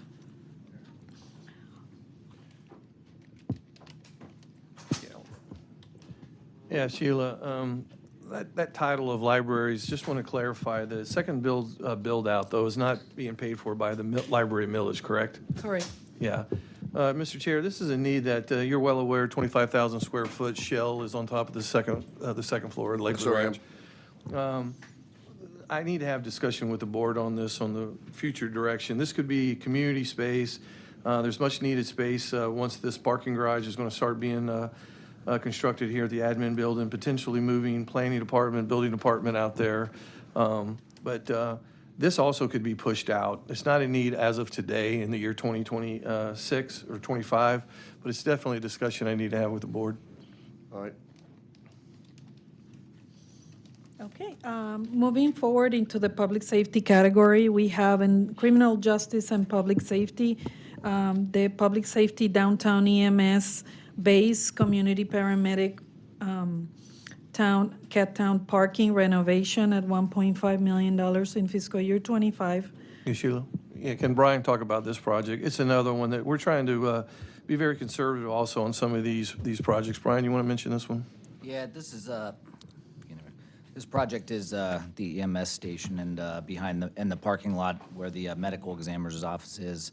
It's been deferred in the past, and the reason for the project is mainly to adjust the traffic flow around there and to alleviate safety issues with emergency vehicles going through that parking lot. There's negative interaction with pedestrians and other parking for the other facilities that use that parking lot. Yeah, and Mr. Chair, it's a good point. I don't want to go through these one by one. These two are the ones I wanted to highlight because they're obviously a high dollar amount that have the potential of being deferred. Sheila? Thank you, sir. I can go over the total amount for each category, and if you want to highlight any of these projects, we can please let me know. Okay. For the public safety category, there's a total investment of $11.5 million. For the sports and leisure athletic fields, there's a $12.3 million investment. For the natural resources, boat ramps, preserves, and natural resources, a total additional investment of $10.5 million. Now we get into transportation. There is, for intersections, there's an investment of $9.5 million in the total CIP from fiscal year 25 through 20 to the future. In road improvements, we have a total of $59.4 million of investments. In stormwater, we have a total of $34.3 million investment in new projects. In potable water, we have a $61.3 million increase in the CIP in projects. In the potable water treatment, 13.7. In the wastewater collections, 3.3. Wastewater lift stations, $28 million. And in the solid waste, a $4.8 million. Utility will be presenting following this here. Does anybody want to talk about any of the projects listed in this? Are there any list of questions projects? from Are there commissioners any questions? to Madam CFO? Seeing All none? right. Thank you. At this point, then I will just kind of like relinquish the microphone to Mr. Patrick Shea, Director of Public Safety, and his staff. I mean, utilities. I changed this. As Pat's coming up to the mic, I want to remind the board, he's only been with us now for how many months? 5 months. Got you from Minnesota, correct? From Minnesota. Minnesota. He's hit the ground running, doing a great job. You can drive. That'd be good. Who's driving? So you're asking us to be easy on him? Is that what you're asking, County Administrator? I think he can take it. All right. Huge Viking fan. Oh, you're used to losing. Ouch. Thank you, ladies and gentlemen. Just that's my tell him like them presentation. boys are. So as my presentation comes up, I thought about the presentation and watched the CIP, and I think my fourth grade teacher would be shocked to learn that my life's work involves so much math. So kudos to the people around me for providing me so much support in this effort. Are we ready? Okay, so Board of County Commissioners, Deputy Administrator, or County Administrator Bishop, and NDCA's CFO. I'd like to start off and share that I echo Director Knapp's comments about getting to present today. It's an honor to be here before you today to present the utilities budget proposal for 2025. I've been doing utility budgets for a little over 20 years, and I've never been a participant in such a collaborative, well thought out and deliberate process. So that's the kudos to the board, to our predecessors, and to our CFO for making this process both very comprehensive but also very deliberate in nature. I'd like to stress that the budget that is before you today was developed strategically with the principles of reliability, safety, and affordability all under consideration. So of those three principles, safety is a must. Our drinking water must be safe. We must be safe to live in our homes and not have sewage back up. Must not have vector attraction in our front yard because garbage is not picked up. So really the balance between the budget is really between reliability and affordability. So although the budget for you does not include all the recommended items that staff in the utility department requested, it does a good job of balancing both the affordability and reliability aspects of what we do. Slide. So I'd also like to thank the utilities department leadership. A majority of the budget work was done prior to my tenure here. FMD staff and utility staff did an excellent job of onboarding and kind of holding my hand and helping me learn to walk before I learned to run. So I'd be remiss if I didn't thank them today. So we'll start with just a few accomplishments that I think the board and residents of Manatee County can be extremely appreciative of. First off, in solid waste, we've, through the diligent effort of some consultants and landfill staff, we've been able to extend the life of our landfill. Landfill and solid waste is a large portion, actually a strong majority of our budget is in solid waste. And as part of that, we've extended the lifespan of that landfill up to about 2060. So the landfill is 130 feet in elevation. That elevation will not change. So it's a matter of sloping and better use of space. So that capacity gain of over 20 years is a significant accomplishment. To the wastewater side, the Southeast Water Reclamation Facility construction to start this fall. Staff working with FMD and our consulting partners broke that project up into two to try to save costs and be able to fit it within the affordability aspects of our budget. Southwest Water Reclamation Facility, the design the designer's been selected. The CMAR, I believe, will be before the board for consideration at the end of July. So that project is moving along nicely. And as we talk real briefly about the CIP, I'll outline that project a little bit more. The North Water Reclamation Facility, that's our largest growing area of the county when it comes to need for wastewater treatment.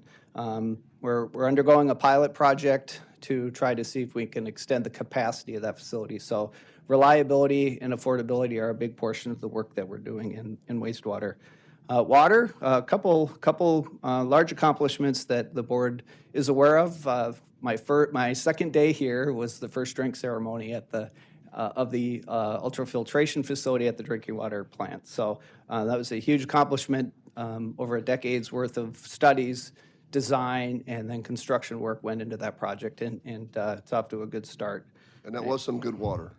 And it makes some very good water. So we're grateful for that. And the water was especially good tasting at that point. Administration. So the Tunnels for Towers turnover of the Utilities Administration Building. The groundbreaking occurred on Saturday. It was a fantastic event, a significant accomplishment of really what makes a community great. And I think for all visitors, all an attendee at that event, if you weren't moved by that event and by the presentations that were given, there won't be much that will move you. It was a really fantastic event. So as we transition to the new administration building, we will kind of host a welcome this fall as that project starts to get buttoned up. Next slide.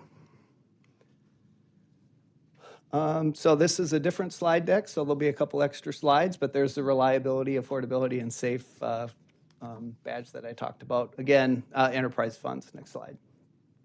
Next slide. Next slide. Next slide. Next slide. So if anybody wants a copy of the other slide deck, I'll gladly provide that to you. So the Utilities Department really is one of growth over the last 10 years as the rest of the county. We've experienced a 30% growth in accounts and nearly a 25% growth in everything else, with the one exception, and that being staffing levels.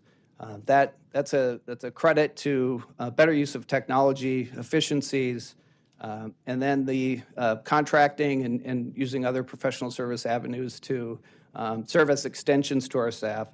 And then a commitment of staff to step up and do a little bit more, inject some creativity in the work that we do, and provide the services that we do to the community.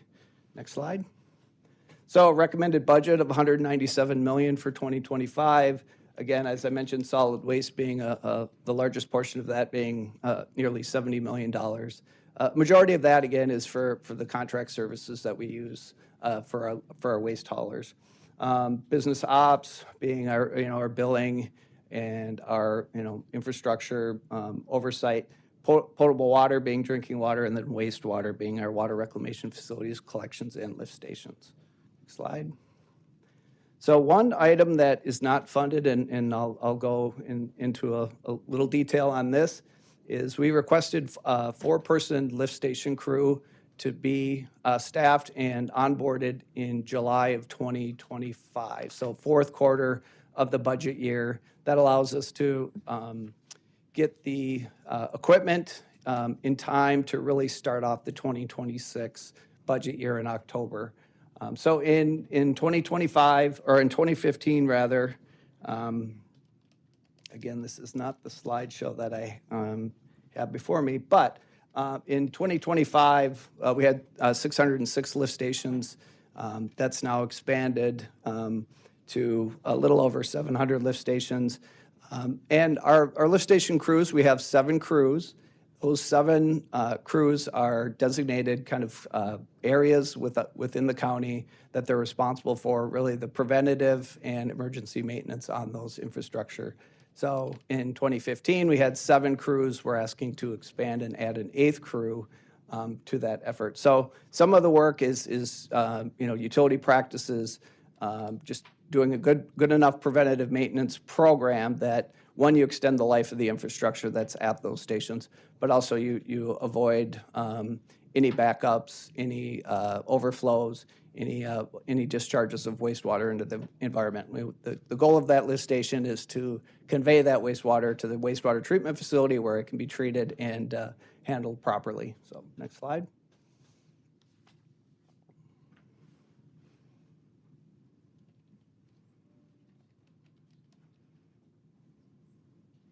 I can switch over to my presentation if that is potential. So I don't know how to do that though. Should I just plug in?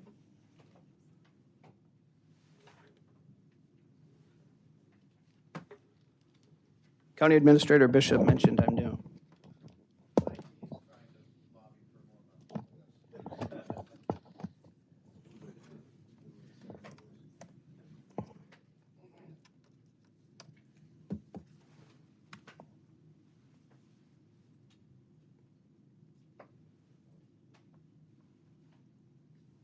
All right, am I on? Anything I need to do? Oh, there we go. I will end the viewer.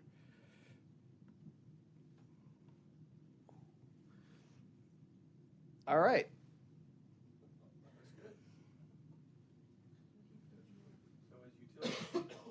As utilities directors, how many times do you hear it's a fluid situation? It's a fluid situation.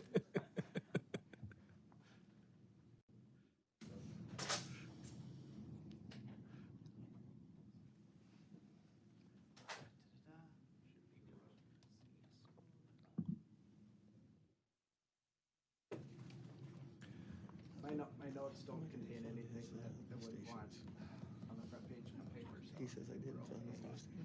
He wanted a seventh crew and I didn't fund it. Well, it's been diluted.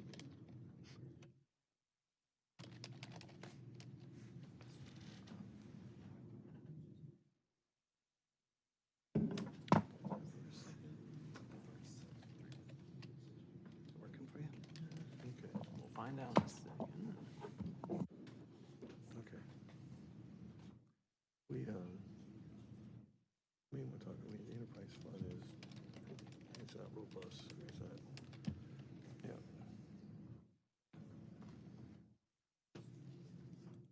How do we get the wrong presentation to them? Okay.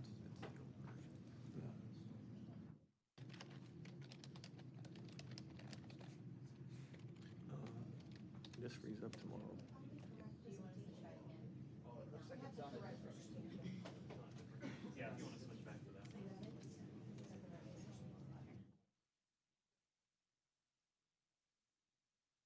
Courtney's on vacation tomorrow. I mean, I could have director's meeting. Yeah.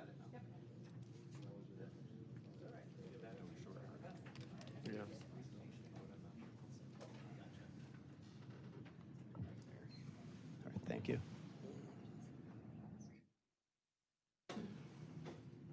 Can you go back to slide? Let's see. Yeah, we'll backtrack a little bit.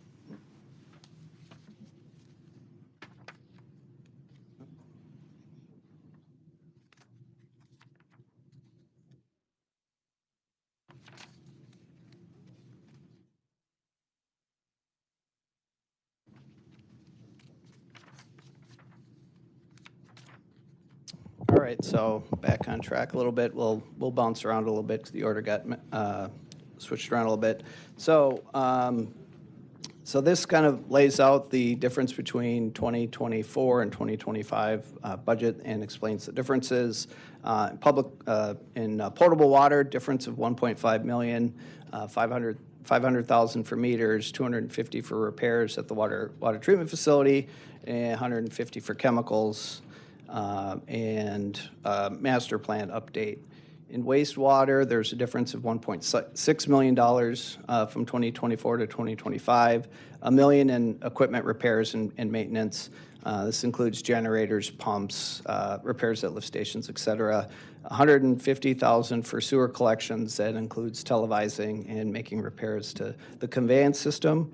Warehouse purchases of $150,000. So this is just making sure we have inventory. All of these are greatly affected by current inflationary pressures and supply chain issues. So sometimes when equipment becomes available, you have to weigh the benefit of not having it versus the inflated costs of items that are necessary to do our work. And then there's a work assignment of $150,000 that's added to that.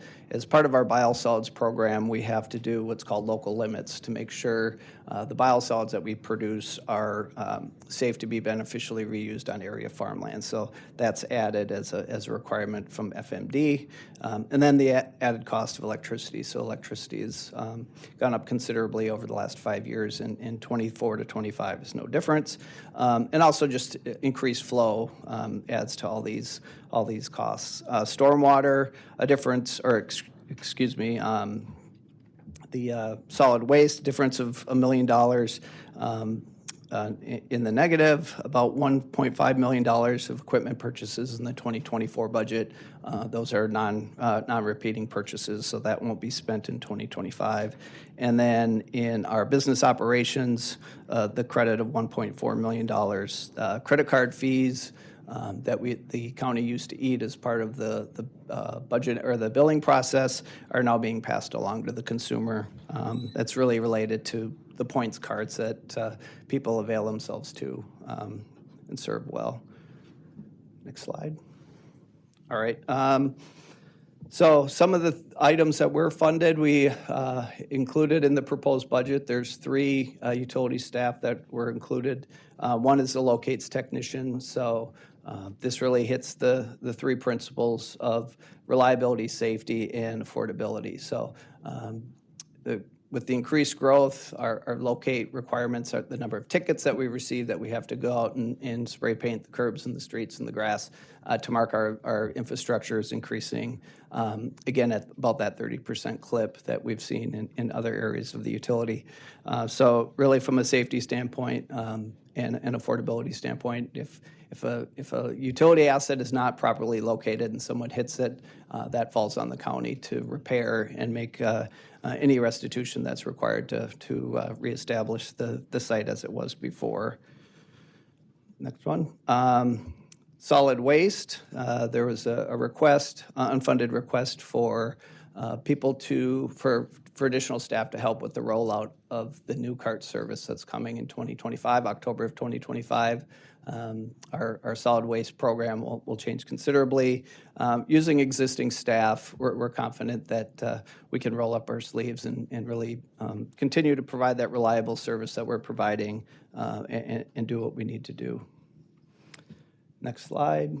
In our meter department, again, we're adding 30% more accounts. We requested some meter readers be added to our workflow with the ongoing work with the energy services company. The decision was made through the process to hold off, stick with 1 meter technician to be able to continue to function as we are. This is a high turnover position as well, so any attrition that would happen as a result of that program will happen naturally over time. Next slide. So back to the unfunded,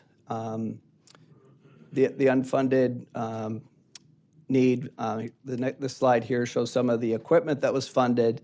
This really relates to lift stations. So as we're adding 10 to 15 lift stations a year, be able to adequately power and service those lift stations during times of power outages, severe weather, and other issues that arise throughout the days. We need to make sure that we have the equipment to be able to do that. So that was included in funding. Next slide. All right, so saw that slide. Again, went from 606 to 752 in that 10 years. About 30,000 total visits per year to our lift stations. Again, a crew of 7 requesting to have the item pulled and go to 8 crews. That 8 crew will be stationed at the North Regional Water Reclamation Facility. So we'll have a satellite operation there that will address the growth that occurs up in that area. So next slide. So as you can see here, this is just the drive times to our lift stations. We have 3 lift stations currently that from our main office on 66th and Cortez, it's about a 45-minute drive from those 3 facilities. A majority are within the 0 to 30 minutes, but we do have an increasing number in that 30 to 45-minute about 287 of the lift stations. So it's just a response time. And when sewage is backing up into a resident or a property's house, every minute counts. Next slide. Little more background. So the request was to, Question. Is there a reason why we have to keep all of those maintenance crews in one location? I mean, we have a lot of growth out east. Has there been any talk of moving a portion of those crews out to the dam and other places to cut this time down? Is there a reason why they all have to be out at the main location? Commissioner, correct. That's the eighth crew will be stationed at the north plant. We do currently have staff stationed at the southeast plant. As we talk about this CIP and we look at the water treatment plant and the maintenance ask for more maintenance, storage, and office space there, the plan and the intent would be to kind of set up a satellite, both for collections, for lift stations for distribution, and then also for our meter group. So to kind of have kind of some satellite operations throughout the county, so our response time. So that was just shown kind of from an example type of thing. We could aggregate out each lift station crew and kind of show what their response times are to particular lift stations. It just in the effort of brevity, just showed it as from leaving that one area. Okay, And as an example, if something were to come up overnight, the lift station crew that would respond, you couldn't necessarily pick where they were coming from. A lot of times they have to show up at 66 to get equipment and supplies to be able to respond. Understood. Okay. Okay. All right, next slide. So the CFO did a great job on CIP to kind of show the CIP needs.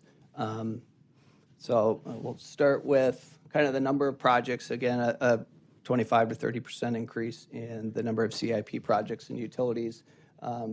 Very limited in solid waste, as we mentioned, extending the life of the landfill. Potable water, having the majority of the additional CIP projects, going from 103 to 130. Then looking at per budget year, and as you can see, we kind of have peaks and valleys. The peaks are really in 2027 and 2029. So as the CFO explained, as we do our rate studies to look at our bonding capacity, really revenue and expense work needs to be done to make sure that the county and the utilities in strong standing to be able to at least maintain our current budget rating, if not, give the board as much information as possible to be able to make some tough decisions if they're before them. So really $1.3 billion in capital improvements requested as part of the CIP. So very briefly, kind of go through the major CIP projects. The Buffalo Creek reverse osmosis plant in the north, that will add between 3 and 8 million gallons of treatment capacity per day. The existing plan is to start at that 5 MGD with a plant that is expandable to 8. The Basin D, so we have treatment trains or basins that we're able to use, so we're able to take units down and do maintenance throughout the year to make sure we have that reliability in our treatment system. So Lake Manatee, Basin D, and then generator and switchgear. So that's the generator and switchgear, and I'll go through the numbers very briefly on the next slide. It's very significant. So it's essentially the electrical brains of the water treatment plant need to be updated and replaced. So in CIP for that, $214 million. Southwest Regional, so we're currently ongoing a 3 MGD expansion. This is our largest facility. It's also the one closest to meeting its capacity limits. We're at about 90%. So if you've had the opportunity to drive around that area, you'll see a lot of work, a lot of earthwork being occurred right now. So ready to serve the new homes that will be added to that area. So equally, so really the ongoing projects are really rehab and replacement. then the expansion of that 3 MGD facility is considerable. So over the next 5 years, $180 million to that facility. Southeast, we're in the design phase of 3 MGD expansion, so we have to do some rehab and some replacement of existing infrastructure. So as I mentioned, we broke that project up into 2. We're in the early stages of phase 1. Phase 2 will begin in 2027. So expanding that facility is a big portion. We're also installing relatively new technology to that facility. So if people are extremely interested in the water reclamation, wastewater treatment world, that'll be a very exciting tour. Upcoming again in the next 5 years. North Regional Wastewater Treatment Facility, currently at 7.5 MGD. We're planning expanding that to 12.5 MGD, so nearly doubling the size of that facility. Ongoing pilot testing to try to defer and delay that project as long as possible. Again, $255 million. That's the largest CIP project on our docket. So as part of the water and wastewater world, you have to convey that material either to the residents or to the wastewater treatment facilities, water reclamation facilities. So 42 projects in the water distribution area, nearly $300 million for those. The collection system, about $150 million in 25 projects. Lift stations being separate from the collection calculation, 15 projects, $75 million. And then the reuse system, which I haven't spoken in great length, we have 4 projects, about $15 million worth of work. So always looking to be able to provide reclaimed water to properties that are not in our drinking watershed, but also interested in that product. As Chad, Public Works, anyways, they outlined some of the transportation needs. Every transportation project, we look at our infrastructure and utilities and try to make sure we make the best use. So make sure when the earth is moved, we're in there and replacing infrastructure. 11 projects on the potable side and 7 projects on the wastewater side. So I'll highlight just some of the either new or large projects. Again, the Buffalo Creek RO plant, $177 million, and then $40 million for $40 million that include both a new maintenance facility and the electrical switchgear work at the drinking water facility. So a breakout of that. So that $14 million, part of that in our planning process is to help create some satellite facilities for our maintenance folks. Wastewater, the Southeast, I already talked about some of these projects, but 123 for phase 1, phase 2 construction in 2027. Next slide. Again, some of the largest wastewater projects, that expansion to 18 MGD, the North Plant, 193. Current design, 26 and 27. North, the expansion to 12.5, $255 million. And collections, couple large areas of restoration and rehab work. Trailer Estates restore and rehab of about $42 million worth of work. Also on the wastewater collection side, Colony Cove, broken up into 3 phases. Phase 2 being $24 million, and phase 3 being $23 million. So a huge investment from the residents of Manatee County in that area. 2 new projects in lift stations. So in yellow, these are new projects.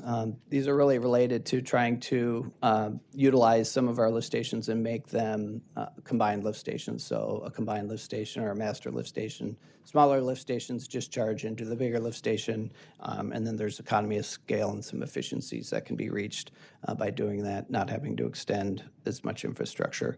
Total for these is about $12 million, just slightly under $13 million.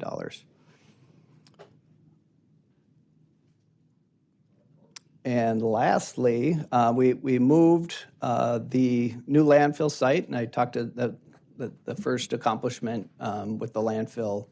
We've moved the new landfill site acquisition into future years and out of our CIP for the short term. And next slide.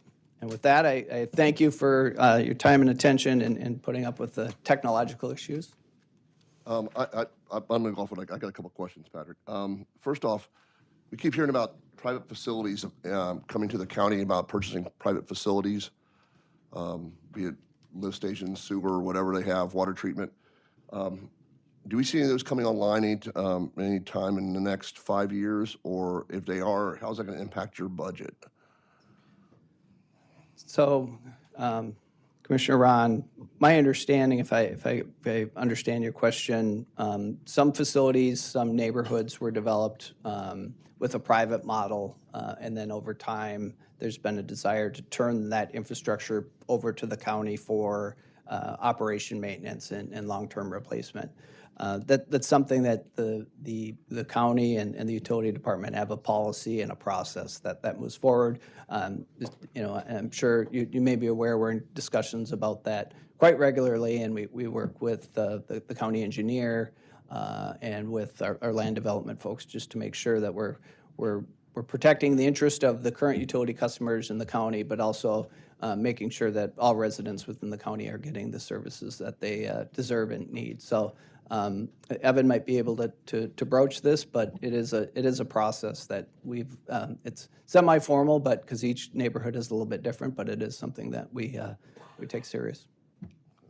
Yeah, thank you. So just to add some numbers to that, there are about 400 different private utility systems that either collect or discharge into the county system.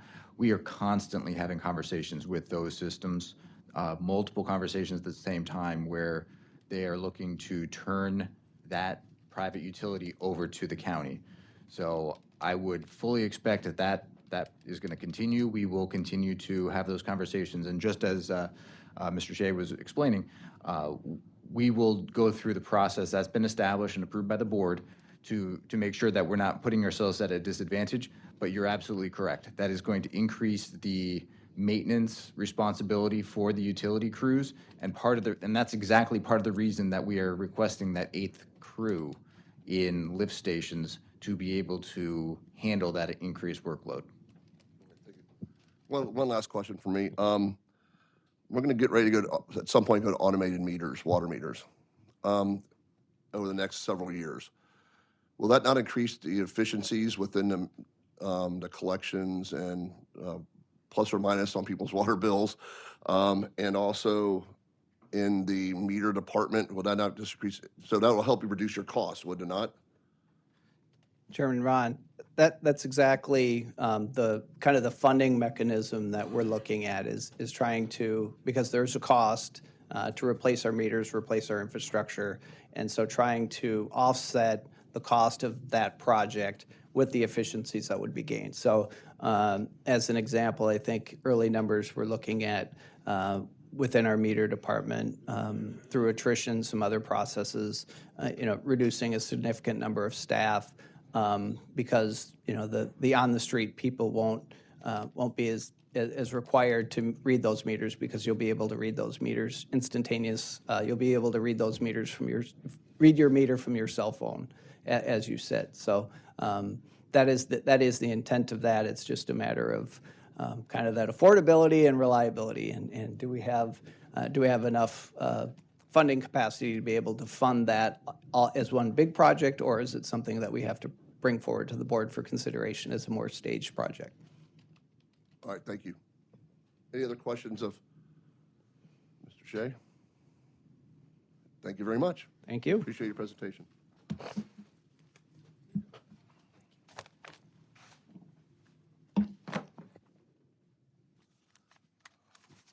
Madam CFO.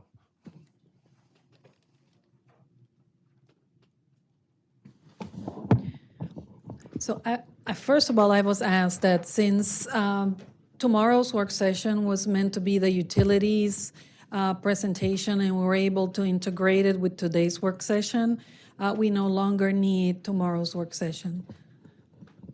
This is Yay. for the sake of the Are you looking for a citizens. round of applause from the board?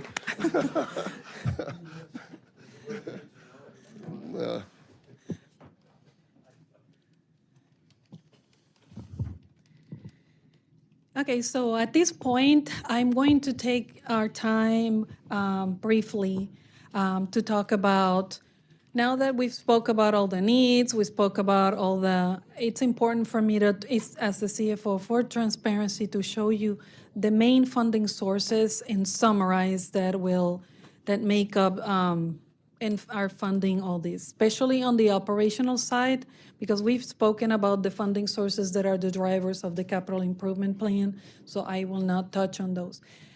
I will be summarizing. If you have the field, if you feel like you want to talk about one individual one, I would have to move into the fund summary book in itself, so please feel free to point it out to me, and we will open the publication if you do. If not, in case, and from like I mentioned before, we have 105 funds, and I'm not going to go over 105 funds at this point. They're all published in the fund summary book at the mymanatee.org, one by one with the breakdown for transparency, and to show that all of our funding sources are solid.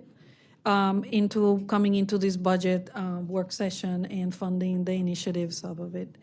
So starting with our chief operating fund, the general fund, at $663.8 million of budget, all the way to the water and sewer, solid waste, health. From the large to the small, these are the funding sources that make up. As you see, it's $1.7 billion of all these operational funding sources that are making. There's 8 of them that are tax-supported funds that receive their own millage as part of the countywide millage, operational millage. Does anybody would like to discuss any of these funding sources at this point? Yes, Madam CFO. I wanted to just take a look at Affordable Housing Subsidy Fund. My understanding is if we had, say, a $5 million bucket, and it's capped at $5 million, that we'd probably be able to fund three projects around that after talking to Rowena. I don't know if that 1.22 million would be part of that, so my request would be less than 5 million. But I'm going to make a request here, guys, so yeah, I'm pulling something here. So listen up. No, it's for the affordable housing. So I just think there's a. It's page 16 of the fund summary book. I think So- that I think at some point prior to me coming on board, gap funding was negated, and I'd like to bring it forward again in order for us to maybe. Affordable housing is a continued problem, not so much, but. I think if we had that bucket, we'd be able to have more, and perhaps if I get a second on this to pull. Second. Okay. We can't, it's not an actionable meeting. I mean, if you want to, Treating it like a poll for Oh, future a discussion. poll? It's sort of like what we were doing before. It's not a real motion. It's just Okay. a So discussion. maybe, yeah, for further discussion, I would like Rowena maybe to come and present if that's an August opportunity, because she'd do a much better job at the economic development from it, and so on and so forth. So my request is to talk about a 5 million total for gap funding. And just to clarify your point, is that money livable Manatee money, or is that SHIP money that you have listed up there? It's livable Manatee money. Okay, all right. Yes. So that's above and beyond SHIP money that comes from the Yes, state? the ship is grant money, and as you know, it's already set aside for those kind of a program. But there is a couple of funding sources that we've utilized in the past, and even Generational Impact has served to fund some of those initiatives for gap funding. So, But I know that if- TIF, we use TIF funding for 1, 2, but not all projects qualify for that, so. right, Right. if it's I'll just recommend it as an option here. I've been pushing, I still think the Florida statute, at the very least, encourages, from my conversations up at Tallahassee and in Orlando, to use sales proceeds from surplus land towards housing. That's the intent. Either give the land to somebody to build affordable housing, or to utilize the proceeds from a private sale for affordable housing. So even if it was structured, I've always proposed that all of that money should go there. But even we could always just say like the first $5 million, whatever number it is Commissioner Turner's talking about, of each year's surplus land sales go into a dedicated fund, and all excess above and beyond that could be utilized at the county's discretion. But that's a way of funding that without affecting actual taxes, without affecting anything. It's just a portion of money from surplus land sales going into a dedicated fund. Okay. I mean, Commissioner Turner, there are other ways that we can fund affordable housing, especially if we look at something that's like a catalytic loan that we just did for Castle, which has worked out great. So there are other fundings than just to be able to go out and build something. There's some caveats around a catalytic loan that you have to do, but it's another good source for funding and to be able to have out there. So, yeah, it runs out of the TIF. Yeah. I guess what I'd like to see is, you know, that we've got the availability, we've got this $5 million pool outside of, you know, some of the requirements of those types of loans. That'd be the goal. Okay. So is it your request that the county, the Madam CFO come back with some type of plan to revisit the gap funding? Madam CFO, how could we structure this? I mean, I think do you understand my goal? Because I'm not communicating it crystal clear here. In order for, so if you want to pull to bring this topic on the August 1st, we can have that added as a topic, and you can bring the experts, Rowena Elliott or Development Services folks, to explain how could they structure perhaps this. It's the choice of the board if they want to do this to bring it forward. So I will pull it as a topic for discussion on the August 1st, and whatever gets voted in. And I think that this is a work session on the August the 1st. I don't know if it requires a vote, if perhaps it needs to be a special meeting, that we can just change the identity of the work session to a special work session to make it a vote, Well, perhaps. to be added into the budget. Yeah. So July 29th. Perhaps we can July just 29th? task Rowena to do the homework to find out, do we need, you know, just a separate pool to work from in order for it to be effective? What's on July 29th? I'm confused.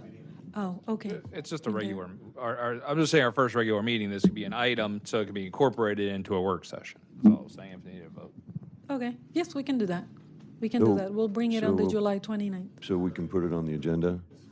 Okay. So do I communicate that to Q? Well, we haven't got the agenda quite figured out for the 29th yet, but Okay. we can make sure it gets on there. We'll work on it. Thank you. Yes, sir. So if it's the wish of the board to not discuss further, I still urge the citizens to go out into the fund summary publication. It's very well laid out and explained as for each one of these funding sources and how are they being funded individually and how are they operating this budget. So, All right, thank you. Is that it for you, Madam CFO? thank you. So at this point, this is it for me, commissioners, and this will finish the budget presentations until the August 1st next work session that will be on after recess. All right. So what we'd like to do now, being that Madam CFO has presented her 25-29 budget, we'd like to open up for public comment. Is there any public comment? Yes, sir. If you could, please come to the podium. You got to press the button, it'll go green. Please state your name, county of residence, and you have 3 minutes. Yes, sir. My name is Patrick Bastian, and I'm a resident of Parrish. And I've addressed the board a couple of times, and we've also been in these planning meetings a couple of years ago. What I'm asking is, we've met with the supervisors, we met with Mr. Bishop in 2020. We met with the previous board members and so many of the current board members. And we have an issue. And I live in Twin Rivers, and we have there's a road, Mulholland Road, which let me put it a little bit differently. We live on a street which at one time was a court and had a development put on the other end to Rye Road. And all of the traffic out of Twin Rivers that's going east and that's going north and that's going many ways south is coming out through our little winding road through a couple of stop signs. And this is since 1920, we've gone from about 500 cars a day up to, right now, it's at 800 cars a day. There's additional developments in our landlocked community, which are the Reasoner development. Mulholland Homes is going to be putting it up. There's a York development that's going to be going in. Lennar Homes has been putting in. We're going up to 1,000 different houses. And we are getting upwards of 1,200 cars a day, including multi-tractor, tractor trailers coming through that property. We put together videos to try to show you what the effect that this is having on the community and the fact that the kids can't even play in their front yards in some of these situations, particularly in Southern Oaks, which is very dense.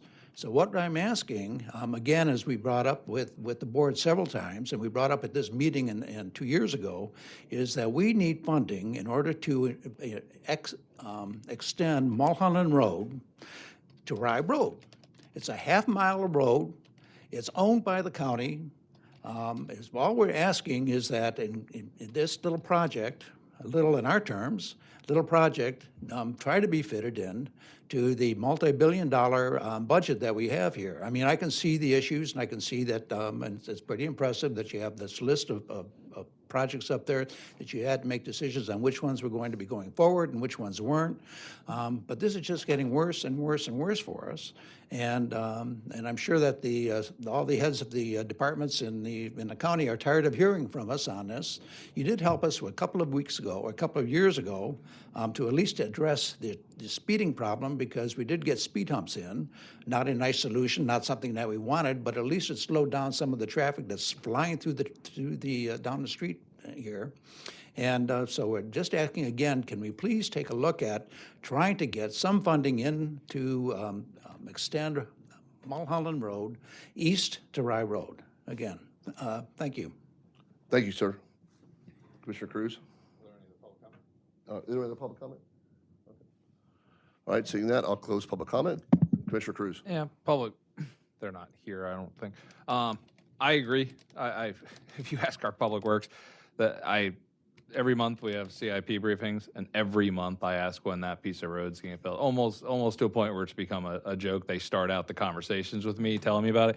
I keep getting told that we're waiting for a development agreement on the development to the south of that. I told them that's kind of ridiculous. I mean, you're waiting to make the traffic worse before you build a road that's going to slightly make it better. And here's the thing: is the board years ago, and I think we were the only two on it. I think it was before you guys were on there. The board made a commitment to expedite that. When we took that bridge away on the other side, and when the Reasoner property was getting approved, we all said, yeah, we will look into this, we will get this fixed, because it seemed like a dollar for dollar, sort of like I said earlier with the cuts, where can we get the most bang for the buck? That seemed like a big help to a lot of people for a reasonable amount of money. I bring it up every single CIP brief. I just talked to a bunch of people from Twin Rivers last Thursday about it. Again, it's on top of mind. I'd love to see it get put in there, because again, I think it's a reasonable cost for a big gain. And it was a promise this board made. Your previous commissioner up there made that pledge, and we all honored that pledge, and I still honor that pledge. I think it's an important little piece for the money, and I'd be 100% on board with adding it in there, as Public Works knows, because I bring it up every single month. So thank you for bringing it back to everyone's attention, because a lot of people here are new, but I agree with you.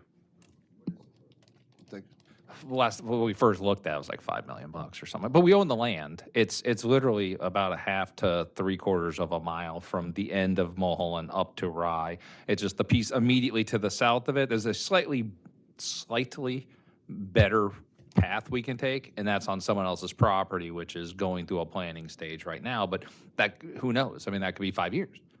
We can't wait forever on it just for a slightly better. We're stepping over good for better at some point, and we may get nothing. So, and again, it just keeps getting more expensive. We could have built it 2 years ago, probably for a lot cheaper than we can do now. Commissioner Van Osselbridge. It's the price to build it today, and the price goes up tomorrow. The county administrator lives in your neighborhood. I'm surprised this hasn't been.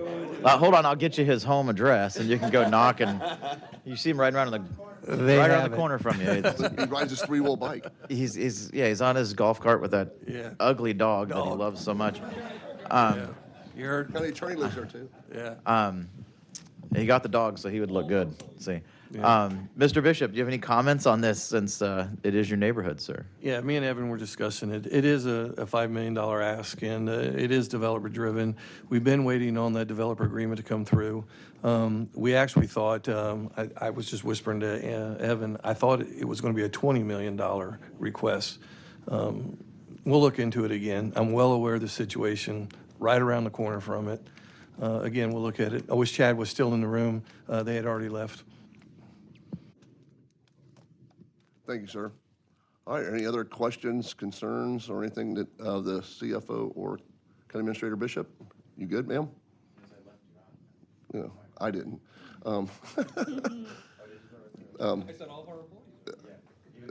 Any other comments by the rest of the board? You good, Madam CFO? I just want to say thank you to everybody for, participating with us here on the 3 days, and I'm done. All right, thank you. Then we stand adjourned. Thank you.